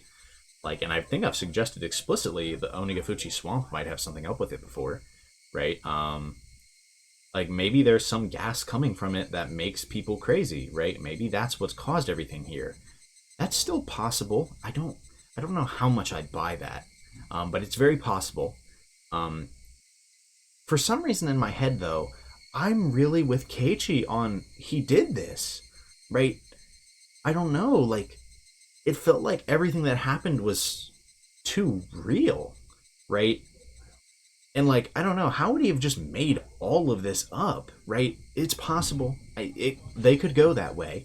But in my mind, right now, this happened. And so, how did it not, right? The dead coming back to life, right? Is this The Walking Dead, or, like... I think the possibility I suggested the other day was this was almost like a Steins Gate situation, where it's like the actions, things that happened in the past are being undone, but like the actual timeline, or not like the timeline, the actual present time remains the same, if that makes sense, right?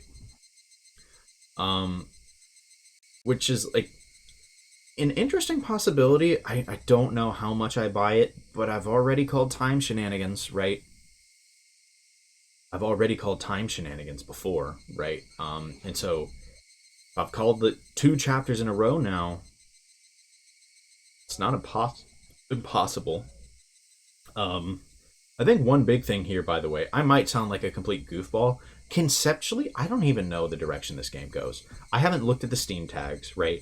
In fact, I literally have all of the games hidden on Steam, right? And I made a folder with the shortcuts, and I stripped all of the pictures from them. That's how little I want to know anything about this game, by the way. I just wanted to throw that out there. So, I don't know. Maybe there aren't any, like, fantasy elements like that. And so if we want to, are supernatural, right? And I literally don't know, right? Maybe, I don't know, maybe Keiichi's just delusional, and that's the non-supernatural explanation. But, like, time shenanigans is, like, the thing in my head that if it's supernatural, that's the explanation I'm leaning right now, right? We're reaching the point where I can't keep saying it's too early to say, though. That's the problem here, is that, to my understanding, the way Higurashi is formatted is there are 4 question arcs, which start to really give you all the questions, and then you have 4 answer arcs, right? Which, as they say, will give you the answers. I don't have much more time to try to make predictions before we get into the part of the game where they start telling me things, right? And so, if I'm going to make accurate predictions, I'm kind of at the point where I'm like, I gotta make them soon, right? Like, straight up. I don't have too much longer. And so I'm really trying to figure out what's going on here, right? Because I don't know. Right now, the thing is, when like a lot of like times just aren't adding up. I'm thinking chapters 2 and 3. This has kind of come up, and I kind of want to keep talking big theory right now, but I kind of feel like actually I probably shouldn't. I have a whole video dedicated to big theory, but I'll kind of talk a little bit about it. Like I kind of suggested earlier, right? That idea that the time remains the same, but past events changed, right? And so it's like, in this case, it's like, in chapter 2, perhaps Takano wasn't supposed to be in that storehouse in the first place, and so that got undone, and like in some way, and she had actually been dead. But Keiichi kept his memories, right? Just like what happened in this chapter. He remembered the change, right? You know, an interesting way to describe this, like this theory, is essentially, it's like, if you've played Steins Gate, you understand this. It's like reading Steiner, but not being in control of anything that changes, right? Right, or like of what causes the changes, right? It'd be like if there was just some random Joe Schmo, right, who lived in Akihabara, right, seeing all these events potentially change, and remembers them, but is like, what the hell is happening, right? Like, that's kind of like my theory right now. Because I'm like, Keiichi remembers Takano being there, but perhaps it was undone and she was never actually there, right? Mion showed up and supposedly was in 2 places at once, by the way. Although that is not really confirmed. But I don't know, maybe some weird time shenanigan allows that to happen. And then they undid it. They said, actually Mion's dead, so it couldn't have been Mion. Right? I don't know how much sense that makes, but right now that is one of the theories I have that, like, because right now it doesn't seem like it's pure possession, right? I feel like we would have seen that, right? If it was just possession, I can't help but feel like we would have noticed more signs of it this chapter, right? And there are arguably signs, like when Keiichi kind of loses his marbles, right? And like when he has that breakdown after Satoko breaks down at the school, right? But that didn't feel so much like possession, but more like he just snapped, right? And I don't know, maybe it's possible it's possession. That's another very possible theory.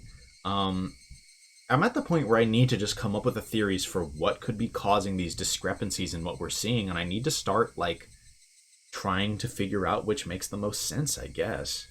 But back to this chapter, I guess. I probably shouldn't keep talking big theory. Like I said, I'm going to have a whole episode dedicated to that after I spend some more time thinking about it instead of just yapping right now. So let's talk more about the chapter and what I thought about it. And I mean, after all of that happens, we just kind of have what happened this chapter, and we already talked about it. So I guess actually right now, let's just talk about what I thought about the chapter. Frankly, this chapter was incredible. Like always, starts kind of slow, ramps up into something insane. It somehow keeps getting more insane, right? Higo is kind of weird in that it has like some crazy scale creep. Somehow it keeps getting more insane the end of each chapter. I'm like, what the hell are they going to do in 4? Right? Like, because 1, 2, and 3 have all been like progressively more insane, I felt. Right? So what are they going to get to with 3? Or 4, excuse me. The entire world dies except Keiichi, I guess. Maybe. I don't know. We'll see. But I'm gonna say this this was a fantastic chapter. Like I said, I thought the way they did Keiichi and Satoko's relationship was fantastic, and to see how this progressed and how Keiichi couldn't handle what was going on and he snaps, that was fantastic. I thought that was great character writing. And then the mystery elements of Higurashi turn, and they're like, "Psych, didn't actually happen. You thought, right?" And it's just like, what is happening, right? And so I thought the writing, right, the slow moments were fantastic in this chapter, right? Or like the relatively slow moments, right? Like the buildup was so good, right? And then the mystery was just as good, if not better than always. This so far, I think, is my favorite chapter in the game. I don't know exactly how I'd rank them. It might just be 3, 2, 1 right now, honestly. Or maybe 3, 1, 2. I don't know which order I'd go right now. But I think 3 is my favorite right now. This was a fantastic chapter. Seriously. Wow. Dude, I want to play chapter 4, but I leave in 2 days, so I literally can't. That would be foolish if I bothered to start it. Oh my goodness. This game is insane. I love this game. I kind of wish I hadn't waited so long to get back into it, but it was probably for the best, realistically. Something I do want to say, because I think we're wrapping up this video now. I've kind of said what I need to say. We've talked about this episode itself. We've talked about the chapter as a whole. We've kind of talked a little bit of big picture stuff, even though there's an entire episode dedicated to that. So I think it's about time to wrap it up. And there's one thing I want to say, actually. You guys want to know something crazy? I've recorded more episodes in the last 3 weeks, as of the time of this recording, than I did in the 3 months that I was actually recording Higu before my 2-year break. That's wild to me, right? And really, I'm not feeling burned out, right? I'm loving this game, right? I think taking that break was probably for the best, truthfully, because I'm coming back and I'm enjoying the game a lot now. Like, man, I seriously am. I am so excited to play Chapter 4. And I hope you guys are looking forward to it as well. Like I said, for me, it's going to be a while. For you guys, presumably, there should be a video 3 days after this one, most likely. We'll see if I can sneak that one in. Excuse me.